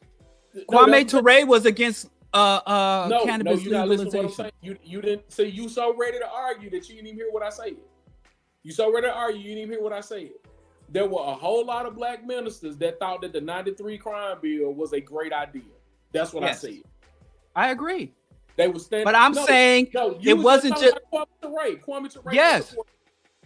Kwame Ture. No. What I'm saying is exactly, because you was cutting me off, ready to argue. Go ahead. I'm not ready to argue. It's easy to pick on the ministers. So apologize for cutting you off. I agree with what you're saying, but it wasn't just the ministers who are black conservatives. Ministers, by definitions, are status quo conservatives. What I'm saying is there are black people who would identify as leftist or progressive, who were anti things like drug liberalization or decriminalization of drugs. So, like, yeah, we could talk about the ministers. The ministers, I mean, they get butt naked for whoever the mainstream Democrat is every election cycle. I would expect nothing different from the ministers. That's why I say we need to have secular leadership. There shouldn't be one reverend, minister, imam in a leadership position anywhere in the black community. I'm talking about the leadership that I would advocate for that took the wrong positions. I'm talking about black people as a whole was sitting around. I mean, and I find myself like having to be active in just being like throwing people in jail ain't the answer. But what other solution can we come to when there are 15-year-old boys gunning down 15-year-old girls in the street? Like, we don't, like, that's what I'm saying. Like, people want relief. And one of the things that I talk about, you know, like when I talk to the people that's prison abolitionists, I tell them, man, like, I want to ride with you, but I don't make enough money to not live what a people that going to prison don't say. I know what's in my community, and I live pretty good. And I think we just don't, we are not accounting for in this conversation the real consequences that black people have to face based off of some of these positions that I know, if given the opportunity, they'll say stuff like, because I talk, you know, I miss my grandparents, but I remember asking them, you think all them people need to be in jail? And they'll say no.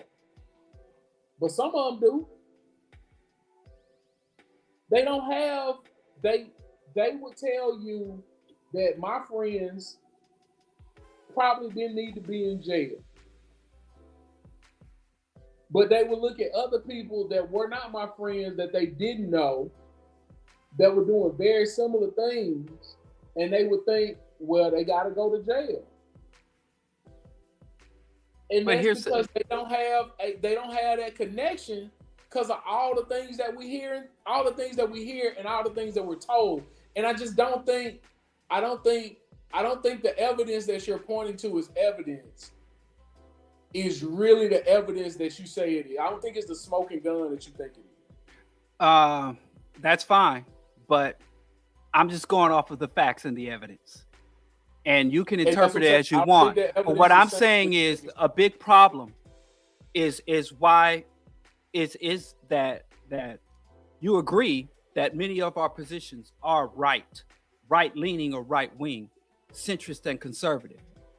I assert that until Black people, we have to radicalize our community. We have to radicalize our thinking. And even if, let's use your example with prisons.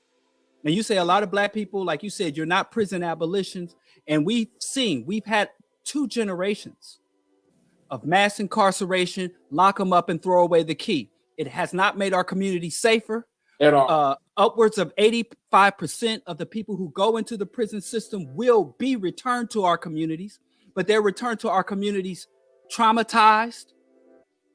They are returned to our communities having literally gone through a systematic education on how to be more efficient criminals.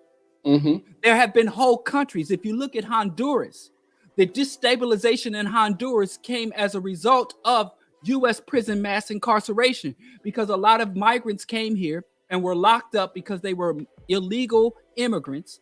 They were put into prison systems. They went through the prison indoctrination, prison institutionalization, and formed gangs, and then they were deported after serving their sentences and wreaking havoc. So I agree. Black folks will be like, oh, y'all talking all this crazy prison abolition when there's people in my neighborhood.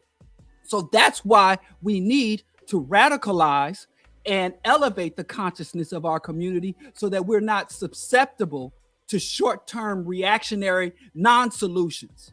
Mm-hmm. And we can first identify and then later implement true liberatory, more grounded and functional solutions.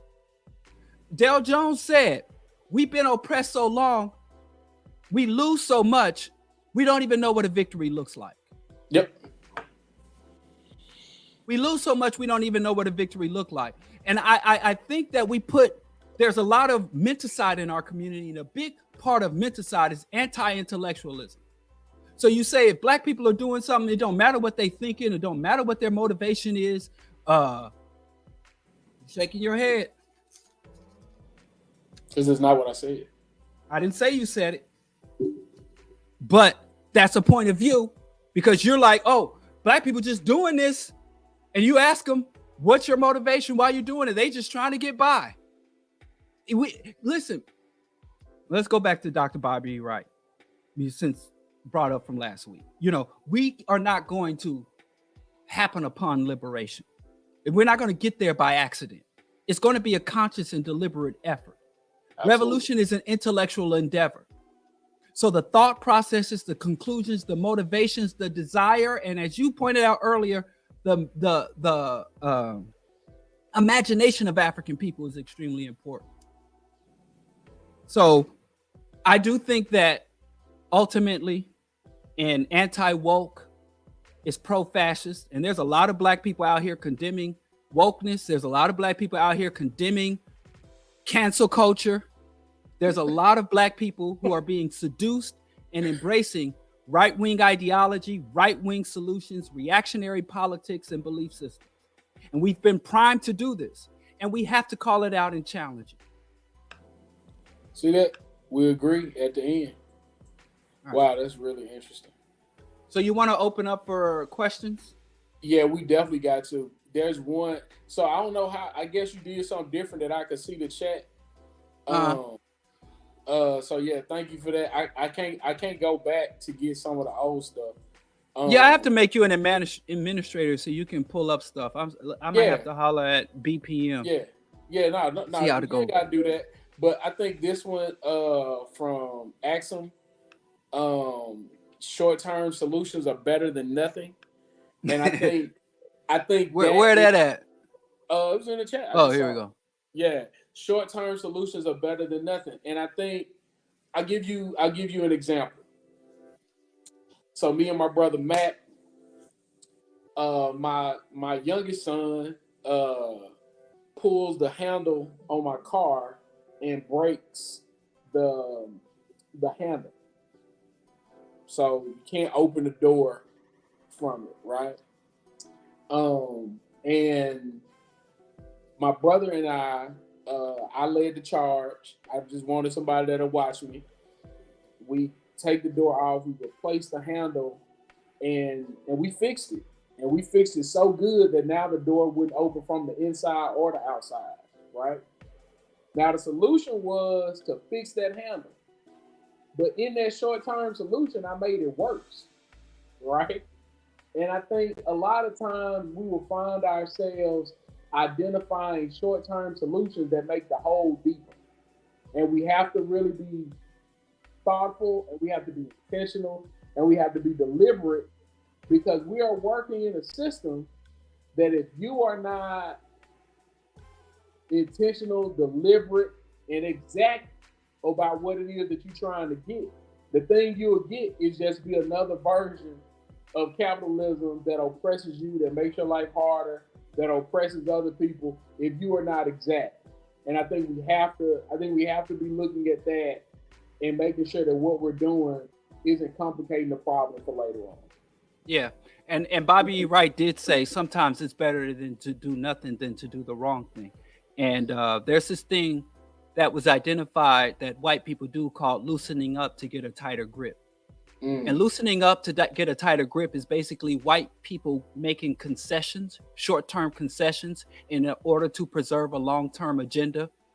So we get civil, what we call them in the South, battles and wars.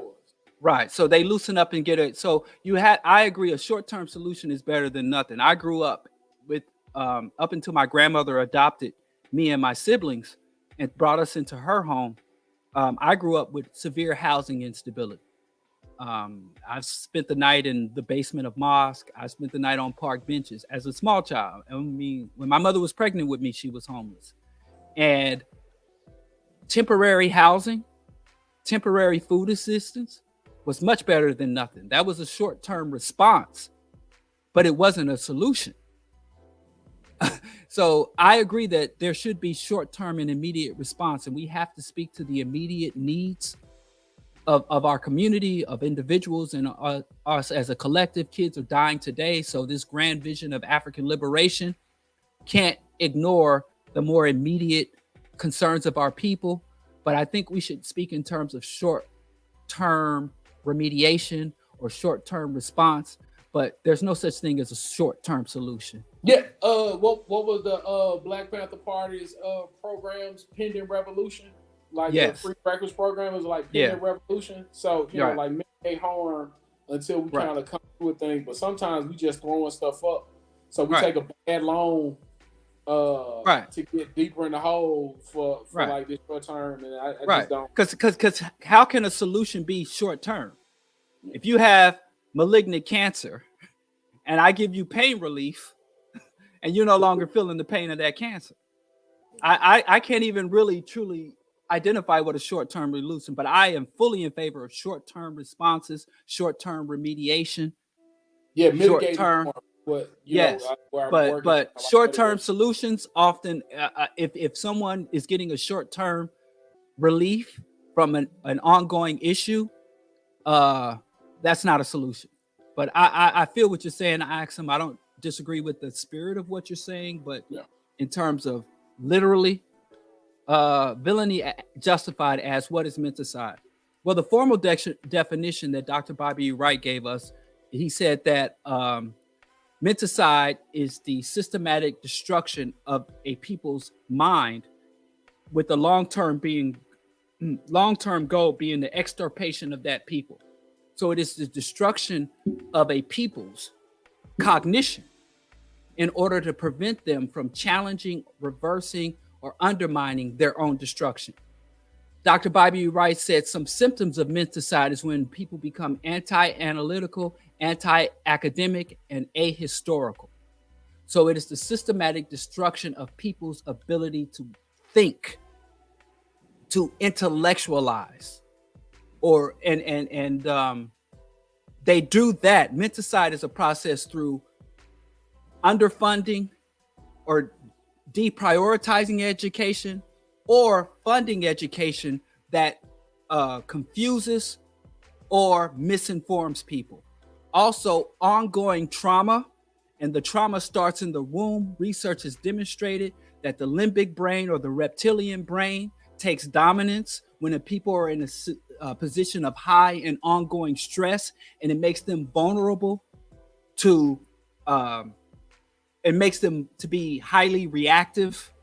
And it can lead not just to physical. We understand what stress does to the body in terms of chronic disease. So menticide is the systematic destruction of a people's mind, with the ultimate goal being the extirpation of those people. Yeah. And I think you can find the menticide on paper. Just search menticide, Dr. Bobby E. Wright. Yeah, that's what I was about to say. I wish we could put the that link to the lecture he gave. But yeah, like you go to YouTube and type in Dr. Bobby E. Wright. Yeah. And have fun, man. He's a real Southerner, brilliant man. He's a brilliant Chicago cat, Southside Chicago cat. Yeah, from Alabama, so he's a Southerner. Does Alabama have a Dr. Bobby E. Wright Mental Health Service Center? No, but that's where he was raised. Or is that in Chicago? That's in Chicago because that's where he worked. That's don't steal. Yeah, we're not stealing. Chicago's own. Don't take things that don't belong to you. But you the man was better from Alabama. Like, that's what I'm saying. Like, I don't understand. It's cool. Like, you can come to the South. Like, Axel says being against cancel culture is right wing. What the fuck? So first off, there's no such thing as cancel culture. Like, that does not exist. One of the things that I think we really so the idea that we were talking about, you know, for a lot of this, like Reverend Bobby Wright, Dr. Bobby Wright, you know, is this idea that, you know, Black people cannot do anything to itself. Like, we don't have the power, we don't control the institution. So, like, we can say, oh, we're going to get him out the paint. But if Elon Musk want to validate him, like, it ain't nothing that we can do about that. So, like, where are people being canceled? What people have been canceled, right? Like, I can't name one. So nah, like, yeah. Yes, and right wing, it is absolutely a right wing trope.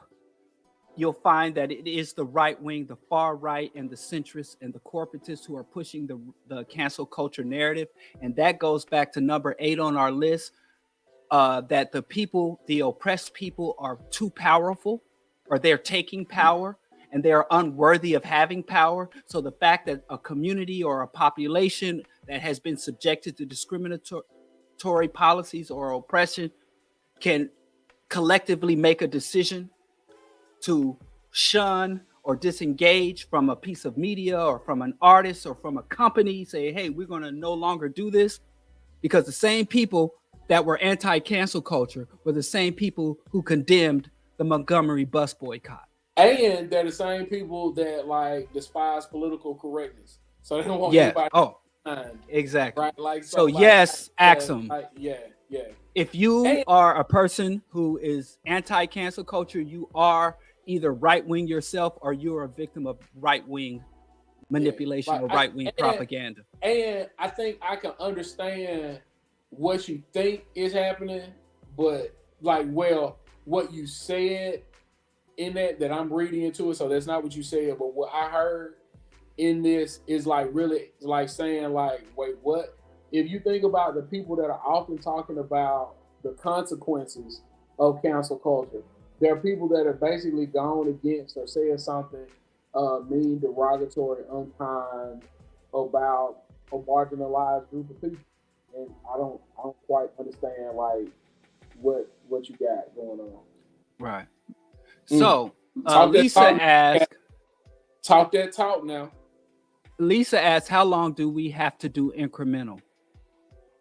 Man, look, that is apparently, in Mississippi, goddamn, Nita Simone says we keep hearing go slow. And like, all deliberate speed was not about being swift. Deliberate has a definition. So yeah, like, yeah, I don't have much more incremental.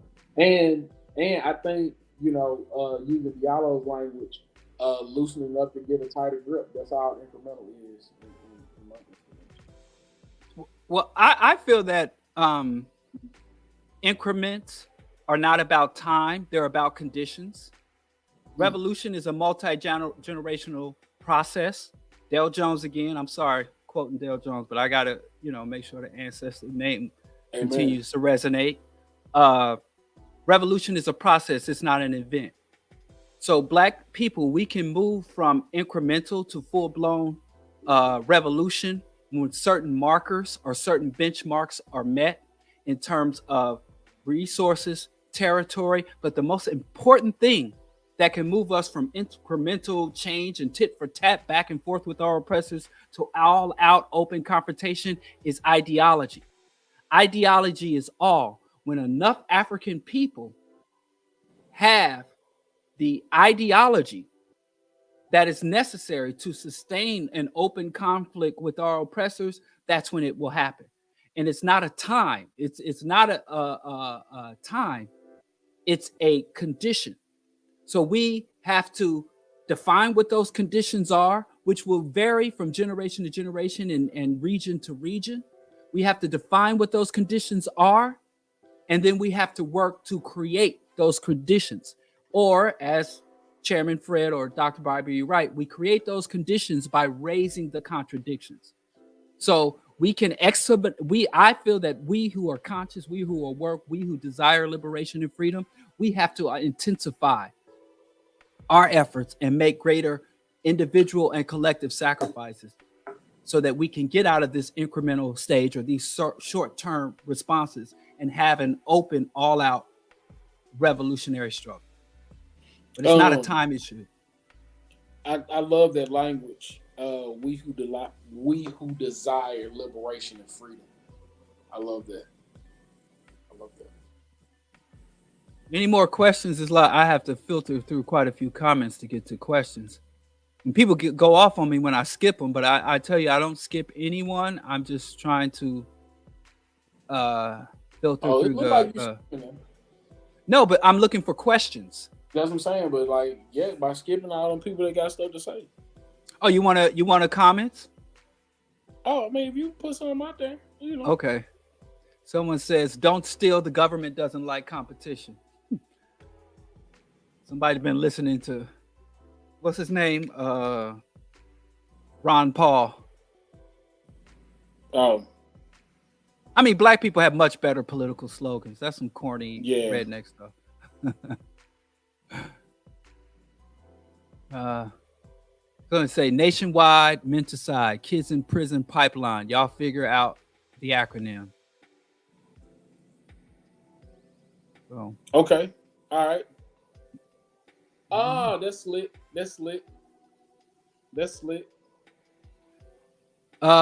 No one said being against cancel culture is right wing. I think I say it in WG. Yeah. Being against counsel, if you're anti-cancel culture, I'm not saying you're right wing in your ideology, but you're articulating a right wing. Yeah, you've accepted that position with them. And I'm gonna tell you something now, and I think this is important for people to hear. I think that sometimes we can kind of, like Diallo does it all the time. Like, you adopt a position, and then once you in that position, you just go kind of stay there, and you ain't gonna kind of move around a little bit. But I'm more than willing to take a position, and then if people that I don't have nothing in common with agreeing with me, I would definitely retreat and rethink my position. So, I think a person thinking that cancel culture is a thing, and like there are real consequences to that. I just want you to know that, like, the people that agree with you, you probably don't agree with on anything else if you're on this show. So you just might want to kind of adopt that position, like interrogate that position and kind of figure out what else is there. Because maybe you're hearing the thing that isn't being said, or you're saying the thing that isn't clear. And it's just an opportunity to do some more work. Me and Diallo disagree on a whole lot of stuff, but anybody basically on talking bad about cancel culture, you're going to find them talking to Joe Rogan. You're going to find them, being in the company of fools. So just, Yeah. Listen, two things will compel me to reconsider or change my position. Okay. Evidence and/or a reasoned argument. Okay. I'm the easiest dude to get with any program. I'm mad easy. You ain't even got to buy me a drink or take me nowhere nice. Just give me evidence and/or a reasoned argument. Okay. A ground sound argument. I'll be out here tomorrow with whatever. I'll be out here with the Promise Keepers and the Proud Boys if I have evidence that they're positioned. So, I evolve and I'll be the first to admit, but people just come with their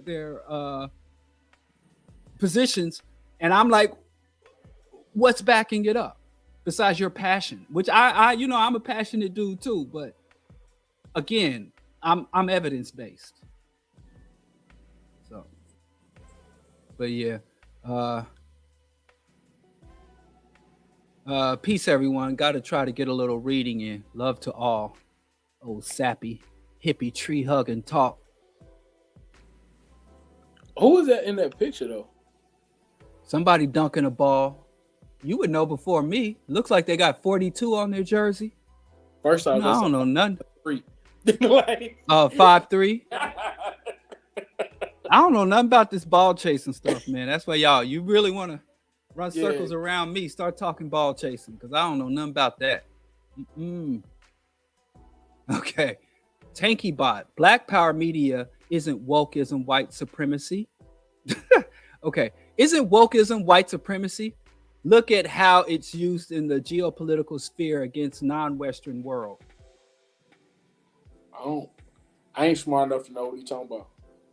He's saying that wokeism is white supremacy because the U.S. imperial state and U.S. multinational corporations go to Africa and tell Africa that their anti-gay laws, like Uganda having the death penalty, or going to other countries saying that, well, women's rights, if you don't adhere to the UN Declaration on the Rights of Children or the UN Declaration, that the United States, Tanky Bot, is stupid enough to believe that the United States is going around the world. All that, bro? Like, you asked me to explain what he's talking about. Yeah, but you just said it. You just called this person. You just said this person is stupid enough to. Maybe they just stupid in this particular comment. Maybe in other aspects of their life, they're brilliant. But this is some dumb shit. That's unnecessary. Anybody say, okay, let me ask you an honest question. Okay. I'm going to look you dead in your eye. All right, I'm going to look at you. If someone believes that the U.S. government is spreading wokeism across the globe, is that not a stupid position? That's not what you said. Right. Okay, that's stupid position. You're stupid enough to believe, and like you just not gonna like that's not gonna get anybody to kind of think that like that's just gonna. So convert him. Okay, you're right. We gotta win people. Hearts and minds. Yeah, like okay, let's do the hearts and minds. Listen, the United States does not spread wokeism. Don't they be complaining about it? Like, ain't that's that what the right wing be saying? Like, yeah, but they believe that the government is left wing. They believe that Biden is a left winger. So they believe that when the United States goes abroad and condemns other countries for human rights abuses, that this country is spreading wokeism. Like the United States has condemned or will sanction a country for human rights abuses. And they believe that other countries, that when the U.S. goes abroad, that it is doing that because it wants to spread wokeism. Yeah, that's an ongoing thing, that the United States woke government and the woke military. First of all, wokeism and wokeness is a specifically Black diaspora idea. It goes all the way back to the turn of the century. The original woke thing was we have to be aware, despite the fact that Black people got full constitutional rights, Black people had full citizenship status, but the systems, the courts, the banks, the education system, every established government and private institution in the United States was racist. But on the surface, the rhetoric was inclusive, integrationist. So to be woke is to say, listen, you can't just look at the surface. You can't just accept what is written in the policy or the legislation. You can't just think when this police officer pulls you over, and if you adhere to the letter of the law, then you have nothing to fear.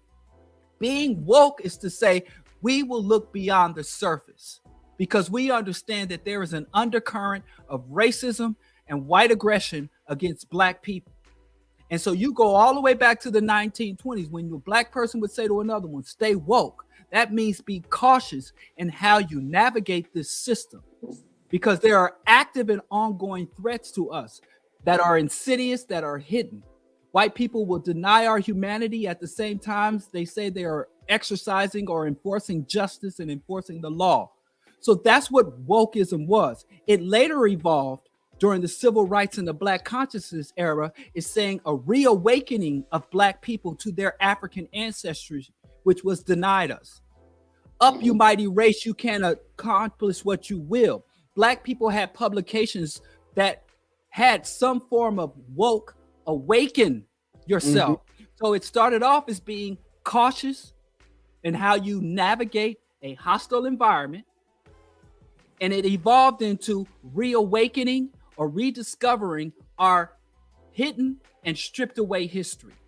That's what woke is. A woke Black person is a person who is aware that is what is on the surface. America's a democracy, land of the free and meritocracy. A Black person that is aware and acknowledges the lies and the deception of the system, and a Black person that is aware of their African and cultural and biological heritage dating back and going back to the African continent. That's what wokeism is.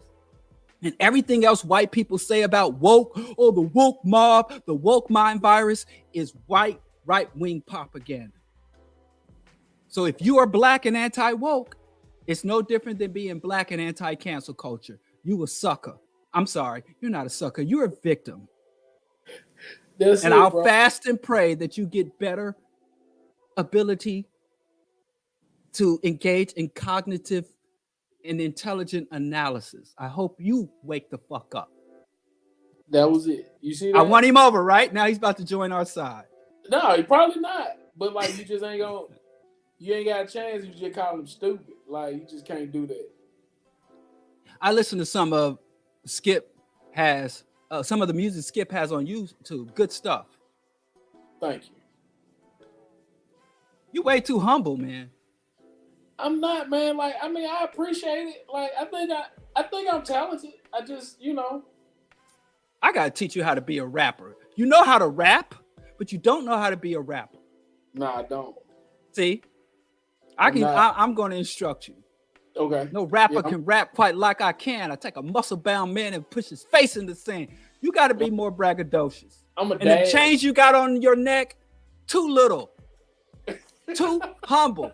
Look at that weak-ass bracelet. And you only got tattoos on your arm and hands. You got to get a tattoo on your face. Get a teardrop, something. Come to Bro Diallo, How to Be a Rapper Institute. You just you're good at rapping. You focus too much on your craft and not enough on your persona. Okay, right on. No, you're saying that. I ain't gonna do that. I'm a Southerner, man. We cool. No, Southern rappers. Come on now. God's country, the best we got. You ain't doing it right, man. Or if you don't want to, maybe you don't want to go the street route. Then I need you to get on some Andre 3000. You got any ruffles? You got any satin and velvet? No, bro. Lime green outfits. I'm not from that, bro. Like, know what I'm saying, bro? Like, if you gonna be a Southern rapper or not, which you gotta. Man, this is how we. And I'm only saying this because I think your music needs to go. I need to see you at the Met Gala with rhinestones embedded in your face, so that the revolutionary and progressive music can get as much traction as the reactionary music. No, that ain't how that go. But I mean, you know, somebody might do it. It won't be me, but somebody might. We need you to speak. We got enough James. We need some JJs. Man, I could make you. Man, I make you a star, kid. I can make you a star. But Thank you for listening. Too humble. Thank you for being a member of Black Power Media too. That's what that shape. That's what that symbol is. I thought it was Superwoman. I got one now. Like it's like 45, but like I don't know. Like the color of it means something too. So, but thank you. Okay. Assist stance. Democrats are divided into those that talk rights, those that talk centrist, those that talk leftist, but they all vote corporatist. Talk that talk. I disagree. And here's the thing. I think we tend to forget that politics who don't vote corporatist? So there are some anti-corporatists. But here's the thing.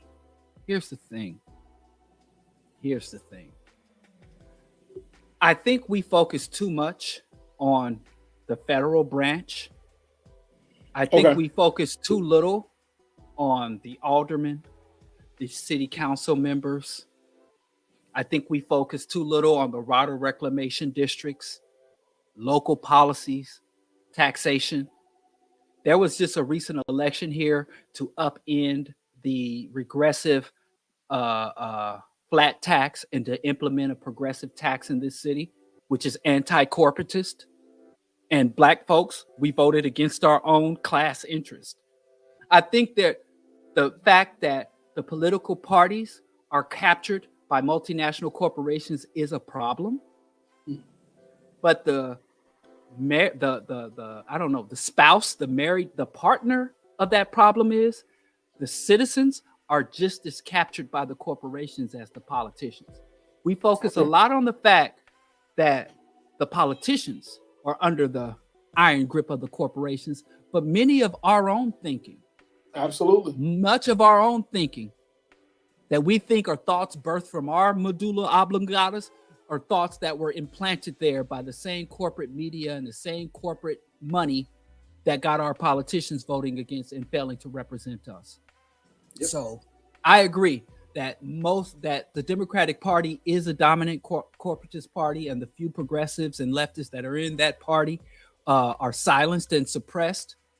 But we're in a position as the citizens to uplift the left. You know, and we just had a socialist mayor in upstate New York. You know, and the corporations flooded a bunch of money when we had a progressive tax policy. It wasn't even, and a lot of times you don't even have, you can bypass the politician. There are progressive policies that the citizens can vote directly on. I forgot what state it was. I think it was Michigan that just voted to repeal right to work. So within the U.S. electoral politics, there are a lot of opportunities for us to mobilize and vote our interest, and we fail to do it because we sit back and think politicians are supposed to do the work for us. Definitely agree. All right. And this is the first mayoral election in quite some time that I wasn't out there actively for a subversive, non-alignment candidate, you know. So, you know, throw down the gauntlet. Okay. Wokeism is the new communism. Now, I'm not going to call no names. I'm going to recenter my chocolate. Wokeism is the new communism. Anything you don't like is woke. Okay, yeah, he's right. Okay, I agree with him. Yeah, that's what they call everything they don't like communism. You see what I'm saying? Yeah, you trying to go off because you want to go in. I didn't go off. You did, but that's what I'm saying. So you ain't going to acknowledge my growth. I did everything like, right. You was ready to, but look at what you did. Like you got yourself together. That's it. Right on. All right. Wokeism is the new communism, which is the new anarchism. Everybody's stuck on woke. They are using woke ideas to target countries they want to exploit. What woke ideas? What woke ideas are they using to target countries they want to exploit? Yeah, I would like to, as Dr. Davis would say, I need a compelling document for that position. Right. And you know, they in Saudi Arabia, fully supporting Saudi Arabia and their genocidal campaigns in Yemen, in Syria, Israel's genocidal policies in Gaza Strip and West Bank. Where is the United States spreading wokeism? Where? I'd like to know. Okay, here we go. It's funny Kamala went to Africa and the only thing conscious black people talk about is the gay agenda, not their policies or wars in Africa. All right. Man, look, I agree. You ain't lied not damn time right there. Link X. I mean, it's malevolent idea, so why wouldn't the U.S. do it? What group of the U.S. got to go around talking about human rights? What ground? I guess, yeah. The U.S. has no grounds. The United States is the number one offender and violator of human rights. Yes, right on. Talk that link 16. Yeah. Tanky bot. Don't bring that person back up. Yeah, I won him over. Tanky bot is now a Marxist bot. Okay. Who is Diallo praying to? Man, look, he just out here trolling. That's all he do. Diallo really is a troll. I am this man. He really I am not. Troll. I'm mad sincere. Ain't shit I ever said or posted online that wasn't sincere. You can call it troll, but I don't troll nobody, man.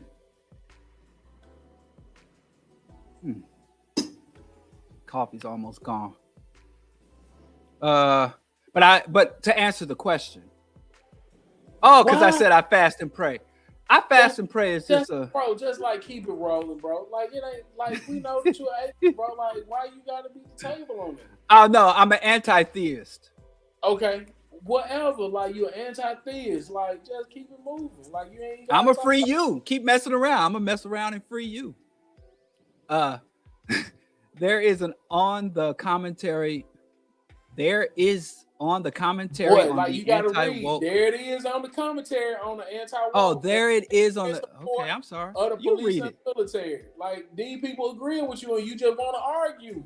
I'm not trying to argue. I just misread what he's saying. Punctuation, man. What are you talking about? What did I argue against? You're the one that's hypersensitive. Because I see what you're doing. But misread the words. There it is on the commentary. I ain't said nothing, Nathan. Okay. And you're the one that said throw up everything. You'll never hear woke come out of my white mouth. My grandpa taught me about Africa. Okay, we got good white folks. That's it, man. Hey, good white lady. I'm assuming you're a lady looking at your picture. I'm sorry if I misgendered you. But we would like to see you become a member of Black Power Media. You don't have the little 45 holder by your name. You know what I'm saying? And if you can't, then recruit some people too. And then, you know what I'm saying? Like, if you can't get 4 people to do it, you know what I'm saying? Do your thing. Okay. That was a week. Look at this. You see what I'm saying? You see this? Why are we talking to this person? Okay. No more Tanky Bot. I didn't even look at the name. I just was. Oh, okay. I saw somebody trying to diss me. I thought somebody wanted to battle. Yes, absolutely. Absolutely. I mean, you halfway there.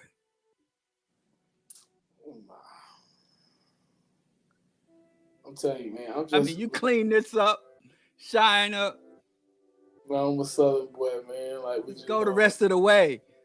I'm an old black man from the South, man. We different. Like we not. You ain't old whippersnapper. Okay, let's keep going. Yep. Everybody agree with me. They know I'm right. Oh man. We focus too much on electoral politics until we get a third party that can get enough votes. This is a waste of time. Okay. I mean, but as a person that would like to believe that I'm a revolutionary, I have to use every tool at my disposal, right? So I use, the internet here. When I'm talking to folks out and about, I use my music. So at every turn that I can, I'm gonna do that. So voting is just another thing that I can do. I don't think it's the answer, but I don't think it's not the answer either. So you can't say we want these things and then don't use one of the tools that we have at our disposal to bring them to fruition. So. Yeah, I disagree. My eyes went deaf. I don't think we give enough focus on electoral politics. I think Black people do what I call throw a lot of political tantrums. I think we misinterpret what the purpose and limits of electoral politics. I think in some arenas we ask too little of electoral politics. In other arenas we expect too much. Politics is about how to prioritize and redistribute resources. And I think when Black people engage in politics, I think we have to be cold, distant, and calculating. I think we need to vote for harm reduction. I think we have to vote for disruptive policies when the opportunity presents itself. And we have to vote to secure and resources. And then a little caveat on that, whenever positive environmental policies or environmental regulations are on board, we need to support those. And I think there's this illusion that if you acknowledge the advantages or opportunities within the electoral system, that you also believe that that is the ultimate solution. Voting and engaging in the electoral process does not diminish your revolutionary consciousness or your ability or willingness to engage in larger revolutionary struggle. As Skipp said, it's a tool. And when the tool is of use, you take it out the box and you put it to use. And when you're done with it, store it away. So I think the people who are anti-voting and don't want nothing to do with politics, I think they're the ones who believe too strongly in politics. Because my politics isn't about a belief, it's about understanding and comprehension. But I don't believe and have no faith in the politics or political arena.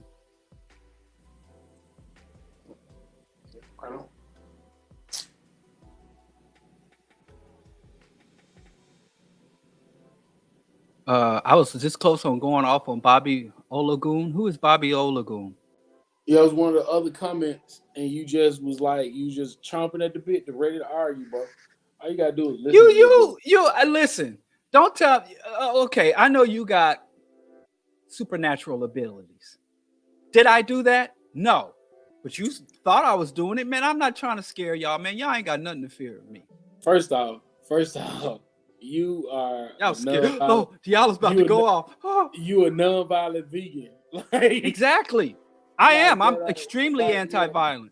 Yeah, no. So that's what I'm saying. We just saying, bro, like, to go off, like, it's just unnecessary. Women driving in Saudi Arabia. Yeah, that's the wokeness that we gotta US stop spreading. Like, yeah, but yeah, I get it. That's funny. Lots of anti-war folks say they are using LGBTQ rights as an excuse for color revolutions. Well, I can't call names. To the extent that the United States, we got the record. So look at the places where there was U.S. intervention and look at the priorities and resources. And you'll find that where the U.S. has the most amount of political and economic influence, you find that the civil and human rights of people is greatly diminished. It's greatly diminished. So you cannot find a correlation between U.S. intervention or U.S. influence and the expansion of rights for women, the expansion of rights of religious and racial minorities, or the expansion of rights of LGBTQ people. I think this myth that the United States goes around saying, oh, if you treat your gay people badly, then we'll come in. And even if the US did do that, you understand that it is a colonial and imperialist tactic and rhetoric. It is not a true agenda. So it would make no sense for you to, number one, attack LGBTQ people or oppose LGBTQ rights, because you understand this is nothing more than a tactic and a strategy. Just like when the US went into Afghanistan and Iraq, and after they couldn't find weapons of mass destructions or any other evidence to justify those imperialist wars, they say they're there to free women from the burqa. And the moment they got what they wanted, they abandoned those women to tyranny, just like they found them. I want to go to link 16. He said that we should have. Is that up or down? It's up. I just saw it. It's one of the more recent comments. But I gotta go all the way down. He was like, we should. No, you don't have to go all the way down. I can tell you what he said. He said we should have people on to have a civil discussion to get deeper. Here's one of the things about that. Right? I am not opposed to having a conversation with anyone that I believe is in good faith.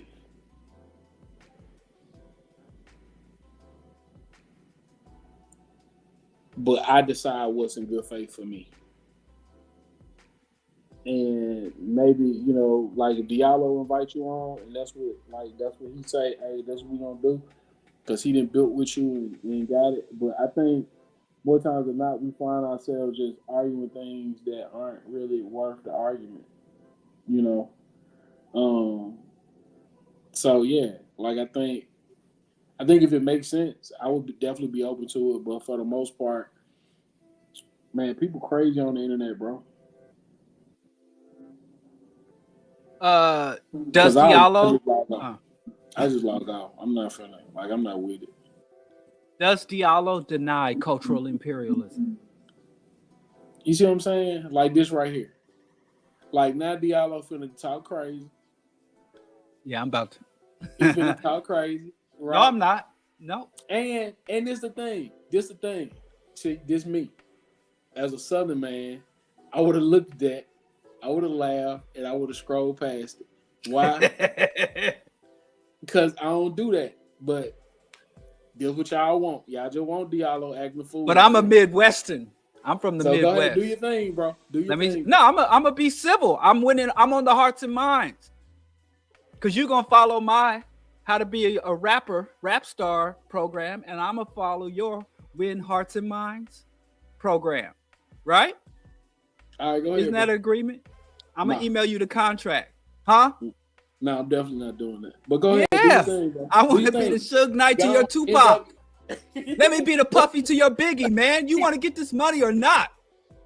I'm straight, man. I got a job. You can't see the vision? I got a job. Anyway, allow me to say this. A lot of you individuals, brothers and sisters, that talk about cultural imperialism don't understand. Y'all don't go back far enough. When y'all go and say, well, the United States goes to Uganda and says, well, you're anti-LGBT, given the death penalty for homosexuality is cultural imperialism, how are you going to ignore the fact that the death penalty legislation was written by evangelical Christianity? So the cultural imperialism happened back in the 17th century.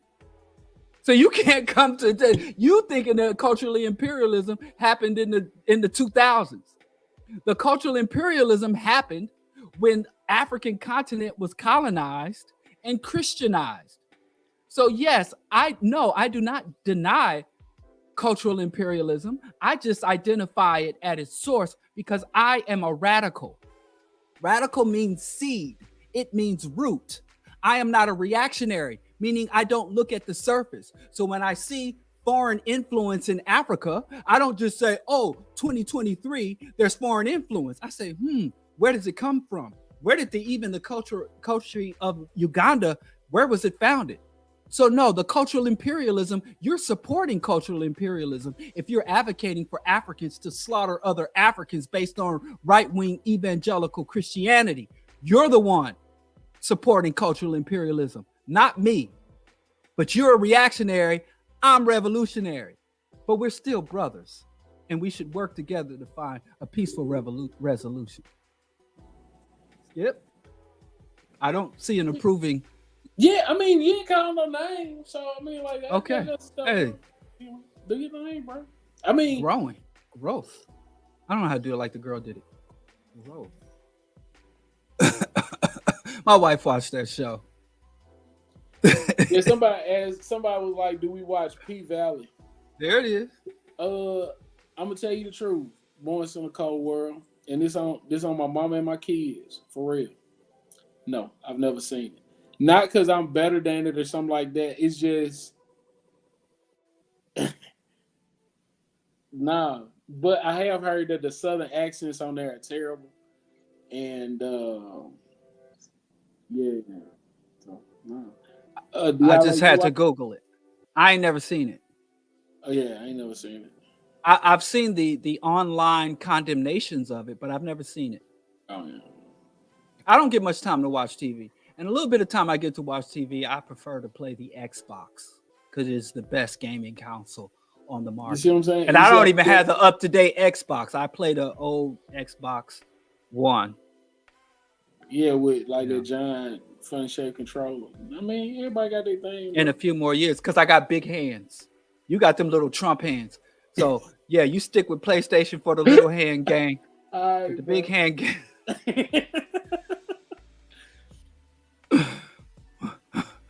Do your thing, man.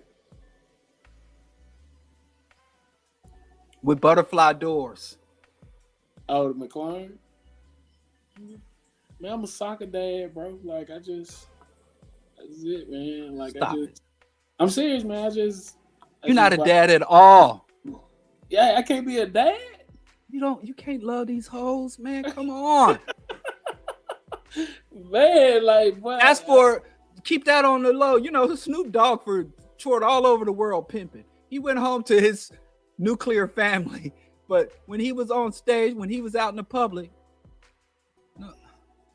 Anyway, like I said, I'm gonna send you the. I got sunburn, man. Hey, man. Hey, Link 16. Let me tell you something, bro. Person. If you just want to argue with this man, I'm gonna let y'all have it. But I'm telling you straight up and down, like, there's no point in talking to him. He's an irrational anti-theist. Like, dates don't mean nothing. So, like, just, he just want to argue, bro. So we know what the answer to that question is. He want to argue about it, and there's no value in that. There's no value in that. Not to me. Maybe if you want to know, go ahead. See, watch. Here you go. The oldest Christian churches on the African continent date back to the 4th century. So Christianity was on the African continent prior to incursions of the modern day Ma'afa, or the slave trade. Even though it wasn't a common or widespread religion on the African continent, it did predate British, Spanish, Portuguese colonization. In fact, the first Christian, the oldest church in Ethiopia. But the misinterpretation is that Ethiopia Christianized itself. Ethiopia was Christianized by a Persian Greek monk called Saint Firmidus, and he is known as the first bishop of Axum.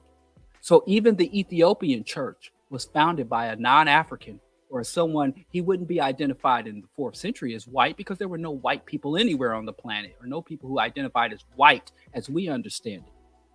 But the first bishop of Axum, who founded the first Christian sect and the first Christian community on the African continent, was not an African man. Christianity is not an African religion. And simply go look up or go to any Ethiopian Orthodox church in your own community. You go to, if you have an Ethiopian community or Ethiopian migrant community or an Ethiopian restaurant in your hood, simply walk in there and ask them, can you share with me anything you know about the first bishop of Axum? Or you just look on the wall and you'll see a man with European features up on the wall who is venerated as the highest saint in the Ethiopian Orthodox Church is a white man. Now, was that crazy? Was that not respectful? That was good. Hearts and minds. I'm about to win everybody over. I'm about to win everybody over. Okay. I don't know what that is. He may well be playing goddamn Atari 2600. Yeah, I got an Xbox One. You know, I was in Costco a few months ago, and my wife saw me lingering around the Xbox display they had in Costco, and she sauntered over, pulled me away, pulled me towards the vegetables. Her priorities are all messed up. 10 years old. Is it? I bought mine used. Back placed at I buy used. I ain't got it like that. I can't rap. But if I could rap, I promise you, I'd have the Xbox X. This is so true. I mean, just the worst co-host in the world. We supposed to be a team, but every opportunity I feel like he's attacking me and tearing me down. Man, like I'm just saying, bro, like he just be trolling. Like it's just like, why? I don't troll, man. Everything I say comes with full sincerity. All right, bro. Look at Keontae Seeley, PlayStation better. I hate when they mention Coptic Christianity as if they're related to the white indoctrination on the western side of the African continent. Listen.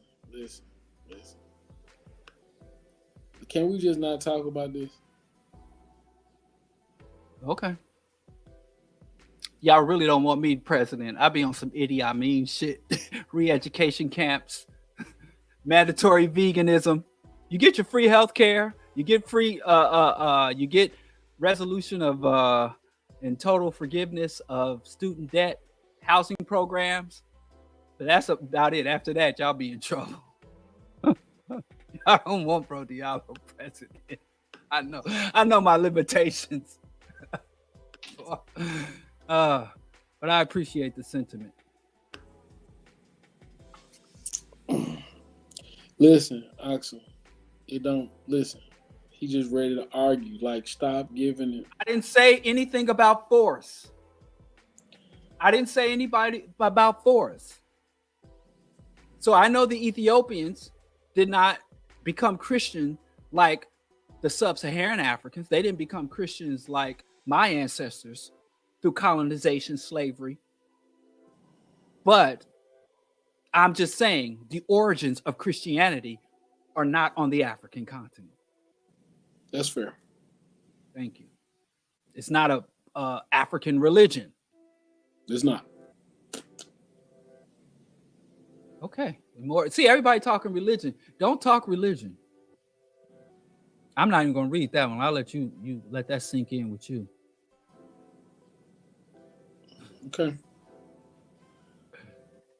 See that? I read it and I was like, okay, thanks, bro. Yeah. The spring is coming. Coming. What game can I play? Right now, I'm playing Outriders. And I know it's everybody think it's a dead game, but that's what I play. I play Outriders. And my gamer tab is Maze Zulu. MAZEZULU. Maze Zulu. So send me a request. Right now, I'm just playing Outriders. A couple hours a week.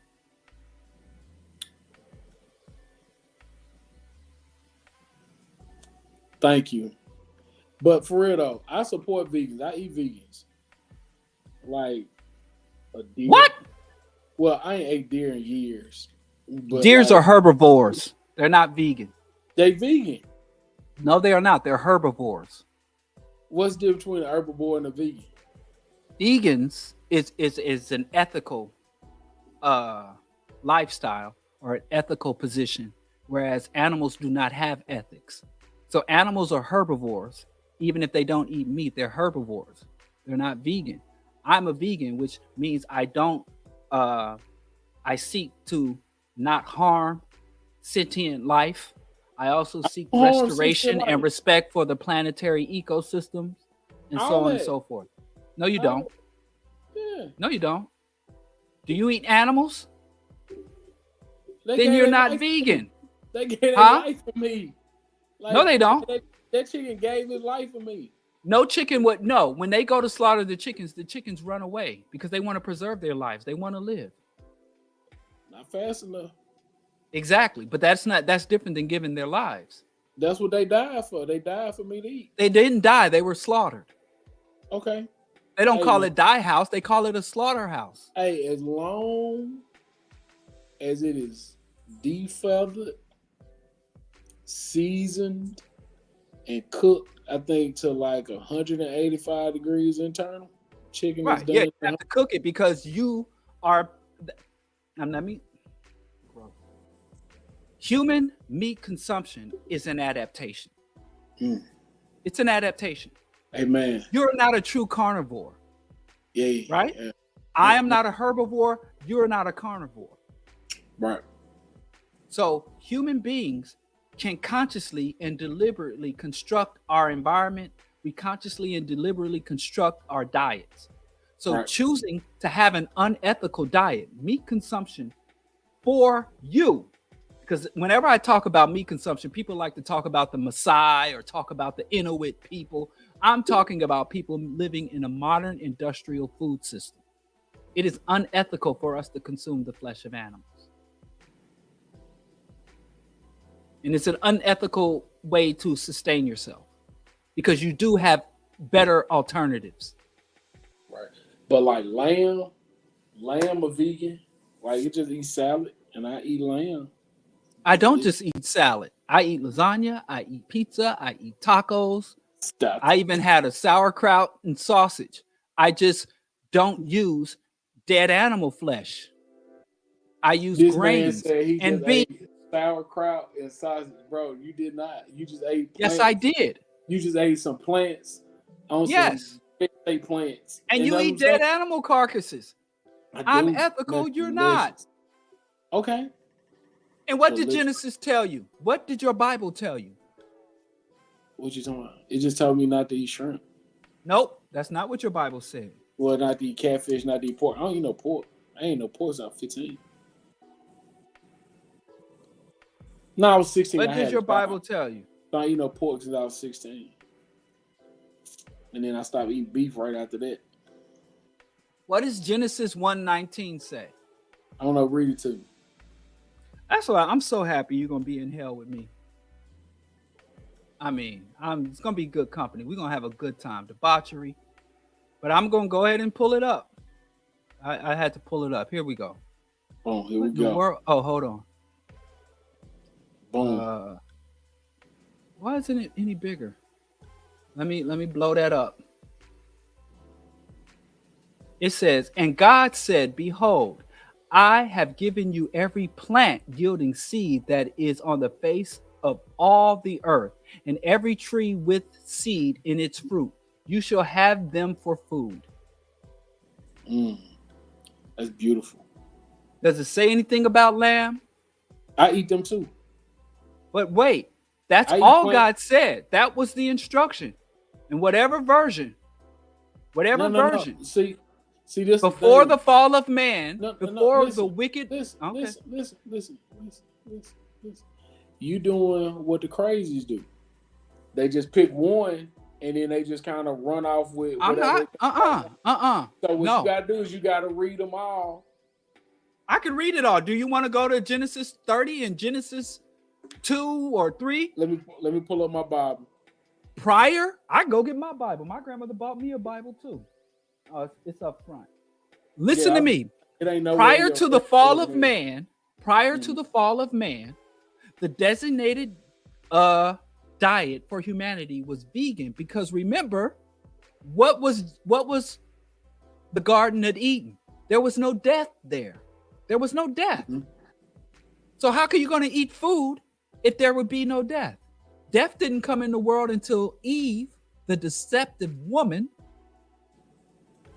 manipulated and used her feminine wiles to corrupt Adam and to bring death into the world. That's in the Bible, and the first death, the first murder of an animal came as a result of God sacrificing an animal to provide skins to cover the sin of man. And God to this day punishes women, has cursed women with painful childbirth as a reminder of her part in bringing sin into the world. So even though you cannot return to Eden, you could at least readopt the diet of your almighty divine creator. Just to give you a little connection with what was lost when man fell because of the actions of the unclean woman. That's in the Bible now. These women be doing it. Yeah. Now you see why I'm an anti-theist. And people gonna get mad at me for what I just said, as if everything I didn't say is biblical. I'm telling people get mad at me for telling them what they believe. People are like, I'm a child of God. And I always say, everybody love Christianity until some Christian shit happens. You're right. I've never seen the people who are most outraged and disgusted by Christianity are Christians. Anyway, Skipp, do you think athletics can be used in a racial capacity? Does someone like LeBron ever be in a radical capacity? Yeah. Yeah? Absolutely. Yeah. I agree. Yeah, Craig Hodges, Mahmoud Craig Hodges? Yeah, Abdul Rauf. Kaepernick. You ain't gonna call out Kaepernick?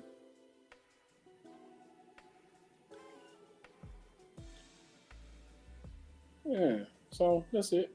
What about Muhammad Ali? You give him credentials? Yeah, I do that. You know who I used to give it to? And then I forgot who was there to talk so bad about Abdul Jabbar. Was it Dick Gregory? I think it was Dick Gregory that talked so bad about Kareem Abdul-Jabbar. And Bobby Wright. Oh, but yeah, with Bobby Wright. Bobby Wright said, whenever Kareem Abdul-Jabbar is on my TV, I get up and turn it off. Yeah, so, you know.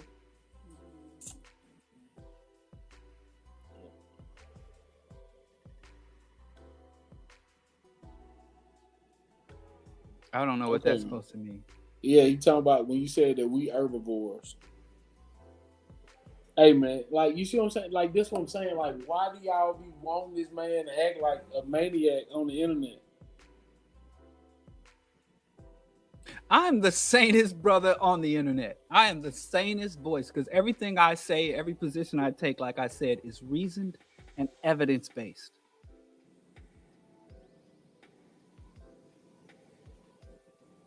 I tried veganism for one day and failed. Try again, brother. Try again. I've been a vegan for 30 years. Ain't looked back. More than 30 years now. More than 30 years I've been a vegan. It's just background noise.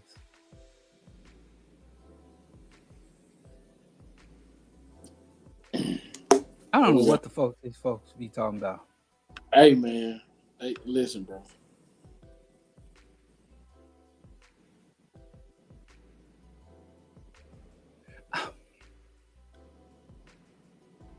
I don't understand these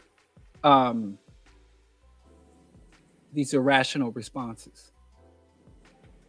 That is fallacious. I mean, all these logical fallacies to justify again, bro. What's the value? Eating animal secretions and corpses. Like whatever justification you have for what's the value? Because the number one killer of African people is chronic disease, and most chronic ailments that plague African people in the Western world can be related to our diets. That's one reason. Also, the biggest source of ecological contamination and greenhouse gas emission, not the number one, I'm sorry, number 2 and 3 causes is meat consumption and meat cultivation.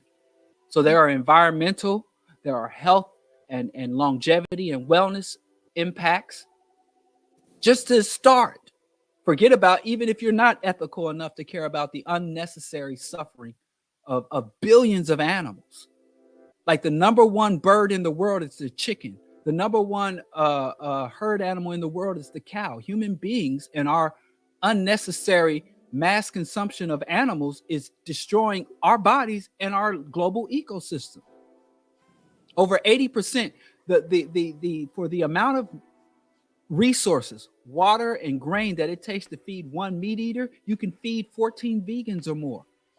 So you're going to feed 1,000 pounds of grain to a cow to feed a dozen people when you can use that 1,000 pounds of grain to feed 100 people. It is unethical. It is a big part of conflict, wars, droughts, deforestation.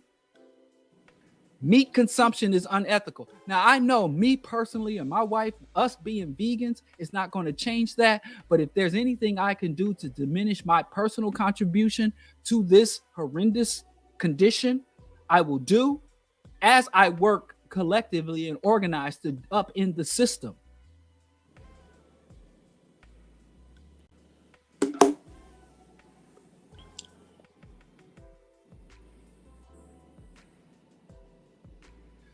That is not fully proven. That is theoretical, but it is not proven. There are several concepts. So that means it's not disproven.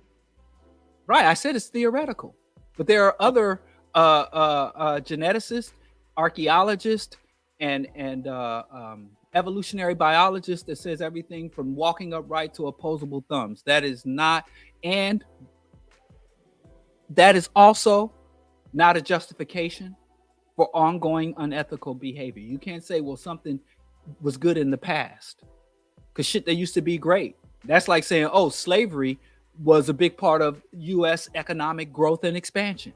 Does that justify ongoing slavery?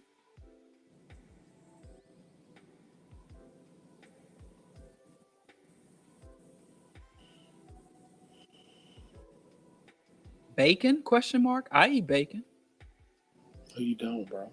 Yes, I do. I have bacon, grits, hash brown, scrambled tofu. This it, bro. Yeah, you ready to wrap it up? I can tell you in the wrong time zone. You in the big city. I know you want to hit the streets and engage in all forms of big city debauchery. I don't want to hurry you up. You in the big city. I ain't no time. You know, you might have to return south where y'all go to bed at 8 p.m. Y'all work from can to can't. So I'm going to let you go. I can see you eager to get out of that hotel room to hit the sinful city streets, dice games and knife fights, whatever you're going to do. What you going to do there in Philly?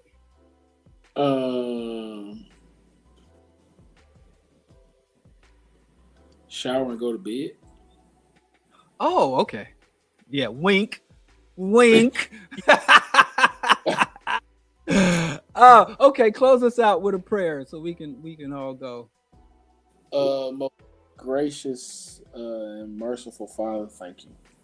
Thank you for friendship. Thank you for fellowship. Thank you for love. Amen. All right, brother. So I'll see you weekend after next. Every first and third Wednesday of the month, the Rational Radical Show with Bro Diallo. My name is First on Purpose, and brother Skipp Coon. Right on to the wheel. All right. Good night, y'all. Hey, man. Right on. Peace.